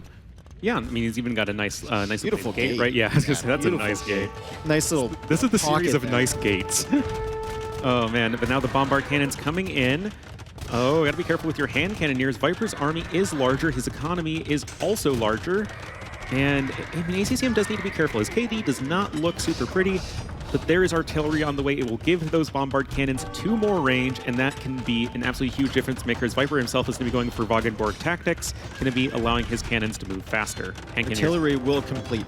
That castle likely won't stay up, but artillery is going to complete. And that's going to give ACCM pretty big advantage here in terms of the range. I mean, Viper can catch up to him because he's faster with his gunpowder units, but ACCM more HP, more range, and Viper still hasn't clicked Ufnitsa. Oh, and I love this from ACCM, garrisoning the hand cannons in the castle. Yep. They fire a ton of extra arrows, and of course they are themselves safe from the hand cannons of the Viper, and I feel like that's a pretty decent fight for ACCM so far. He's keeping the castle alive. The bombard cannons for Viper are forced back, and now with artillery in, ACCM's starting to take some good fights here, Dave. This is what I like about Turks against Bohemians, right? Once you get that middle area and you get the extra range, Bohemians, as we see with the bomber cannons, they're really struggling to find areas that they can utilize that mobility, right? They are very predictable on where they're going to go, and if you're Turks with an extra range, they can just snipe them down. Yeah, certainly, and we have to say, Hofnitsa, it's an expensive upgrade. Viper cannot remotely afford it. It takes a long time to come in. And yeah, sure, he's getting siege engineers, but his bombard cannons are still fairly generic right now. And we just have all of this long-range firepower from ACCM. He's now mixing in some more Hussars. That likely won't be doing too much against Viper, who's pretty well set up defensively. He's got pikemen, but I mean, ACCM is the one who's dictating the pace of this game in late or early Imperial Age. Oh, Viper, don't run into that castle. Okay, you heard me. Yeah. Someone check the noise canceling headsets. ACCM does not have fletching for the castle, so the range on that is very limited. I think Bracer would be ideal, and then Viper can't make a mistake like that again. He will 100% lose the bomber cannons. He's actually going for Trebs to give himself a little bit of extra range against that castle. He's also making skirms, he's making pikemen. The ACCM, though, with the bomber cannons of his own and with the hand cannons behind, looks like a much more deadly composition. Yeah, I mean, he's got the advantage in that army value. The Hussars can come in. They can easily sweep away those skirmishers. And if Viper is just stuck going for trash units, halberdiers and skirmishers, that just doesn't feel very impressive against a bunch of Turkish gunpowder units. And that's kind of what we're seeing play out right here. Now, the Treb is representing a lot of nice, consistent damage here for ACCM. For Viper against ACCM. But at the end of the day, those bombard cannons are way scary. We're up to, 6 right now. Viper now getting Halb, he's getting Bracer, so he's slowly teching into all of his options. ACCM basically covering the center of the map here, still trying to snipe down the bomber cannons from Viper, and Viper doing the same to ACCM as he gets great value there. Might take a second one. Good engagement there from Viper, buying himself time with the trash units up in the north, and he's still draining this stone out of ACCM's economy at an alarming rate. Yeah, and Viper himself has 30 villagers mining stone right now. He's got a 1,000 in the bank. And is trying to jump through the burning castle. Oh, Gates? Age of Gates right here, but oh, gotta be careful with the elite skirmishers. Some of them go down. Hand cannoneers are going to be retreating to the safety of the castle. Those are some pretty darn nice bombard ACCM's going to have to buy stone. He's going to have to buy stone for this castle. He's draining stone and gold now is Viper as he loses a bomber cannon. Good snipe there from ACCM. Still has so many villagers repairing that castle. He's trying to hold this position. If Viper can't crack this position in the next couple minutes, it's going to be very concerning for him. ACCM is just pushing forward with a ridiculous amount of bomber cannons, but Viper sniping another one, and Viper is still pushing the castle. Can ACCM hold this position, or is it going to be Viper taking this down and then snowballing it across the map? I love that castle from Viper, and I love the fact that he's still controlling all of this area to the south. He's not letting himself be penned in. Yeah, no, this is all so beautifully controlled here from the Viper. I love that castle just as you do, and that the castle of ACCM here in the middle is... It's still up, though. It's still alive, Ornlu. Not too sure for how much longer. Viper does have the numbers advantage here, even as ACCM's army is so much stronger. The castle, it's out of stone. He's buying more stone. It's still alive. Viper trying to snipe down from the other side. ACCM trying to micro it. He's out of stone again. He needs to go to the market one last time, maybe. Oh, get the stone needed to repair this. Good fights on the other side. I mean, all of those trash units are getting mowed down by the Turkish gunpowder, but it looks like ACCM is eventually going to be abandoning this castle. I mean, it has stayed alive for a really long time, and in there, ACCM did take a very good fight. It would be great to know how much HP was repaired on that castle. Ridiculous how much stone was spent. The castle has fallen. The castle has fallen, folks, and ACCM is just going to decide to make do with his army alone, but this opens up his bombard cannons to all sorts of potential here for counterattacks from Viper as he sends in the halberdiers. ACCM has 7 bombard cannons, and they're looking awfully deadly with that extra range. Viper is going to retreat his bomber cannons back to the castle he set up on the left side, and now he's controlling two stones over there. Yeah, I was just going to say, that is so critical because, I mean, Viper can always buy time with one, just, using stone to repair the castle, but also using his own bombard cannons to prevent his opponent's bombard cannons. Oh, good snipes there. Oh, wow. Oh, 3 bombard cannons going down from ACCM. Make that 4. ACCM was at 7. He's at 3 now. Viper is at 5. The positioning from Viper this game has been so good ever since ACCM got that position on the middle. Yeah, right now we do have just more units here for Viper. He is at max pop. ACCM is still around 40 off of it. Getting the plate boarding armor upgrade to make his cavalry a bit better, but there's already a ton of halberdiers out for Viper, and now the hand cannoneers do need to be quite careful about all of these skirmishers that are hanging around. And now it's ACCM on the run instead of Viper. He has nowhere to fall back to. He spent so much stone. Oh, from downtown. 2 more Bombard Cannons blasted by the Bombard Cannons from Viper. Production buildings are being taken out. Viper is pushing back. Hufnitsa finally on the way once he's cleared all this fortification nonsense in the center. And ACCM, even though he has 1,700 gold in the bank, Viper as well with a similar amount, and Viper has the production advantage. Also, this stage of the game, probably the civilization advantage as he's taking control of this middle area. Yeah, especially once Hofnitsa comes in, it is just going to be so difficult to stop. We do have some Hussars on the way for ACCM. Is only on 38 farmers, so it's not like his spam there is going to be that great. I just noticed he still doesn't have double bit axe, which is really painful in a game that's 42 minutes long, and that he is otherwise just playing so well. But right now, Viper has all of the momentum. He is just mowing stuff down with his cannons in the middle. He's got castles up in his opponent's walls. He's mining even more stone, and it just feels like Viper is going to be cruising his way to victory. Yep, Viper with that forward castle. Push in. ACCM still giving it his all. This is his final game, right? Essentially, he can't afford to lose one more, and he loses a ton of hand cannons there. Viper, though, losing 2 bomber cannons of his own. Hufnitsa is still 25 seconds away. It feels like an hour ago. He said he was getting that upgrade. It takes so long. Viper controlling the bottom area of the map, pushing into the top. Once he's got the top, he will push into the left side, which is ACCM's base, even going for Trebs to take care of that monastery with the relics in it. Things are looking up for the Snake. ACCM had a chance. It was super competitive in every single game in this set. There we go. GG, well played, tossed out. And the Viper will be winning his quarterfinal against ACCM, moving to the semifinals tomorrow in a 3-1, but a very close 3-1. All of the games could have gone both ways. Yeah, Viper saying well played, and like ACCM had an advantage at some point in every single game there. So if that's not competitive, I don't know what is. I think later on he'll be proud of himself for his performance. Right now, he's obviously probably going to be pretty disappointed, but it's Viper. Yeah. Like, there's a reason he's the greatest of all time. Yeah. Age of Empires 2. But, I mean, of course, Viper getting it done right there. Going over to ACCM. Oh, what a sweet moment. Obviously, all of these guys know each other, and of course, they respect each other. And, yeah, that was just such a great, well-fought series. Yeah, and Viper making it through to the semifinals had to be nerve-wracking for him coming in. 1 best of 5. Yeah. No pressure, man. Yeah, I mean, that's for all these players, you know? Here, yeah. Oh, man. And what a performance, though, to just hold on to that left edge of the middle of the map and make sure he didn't get stuck.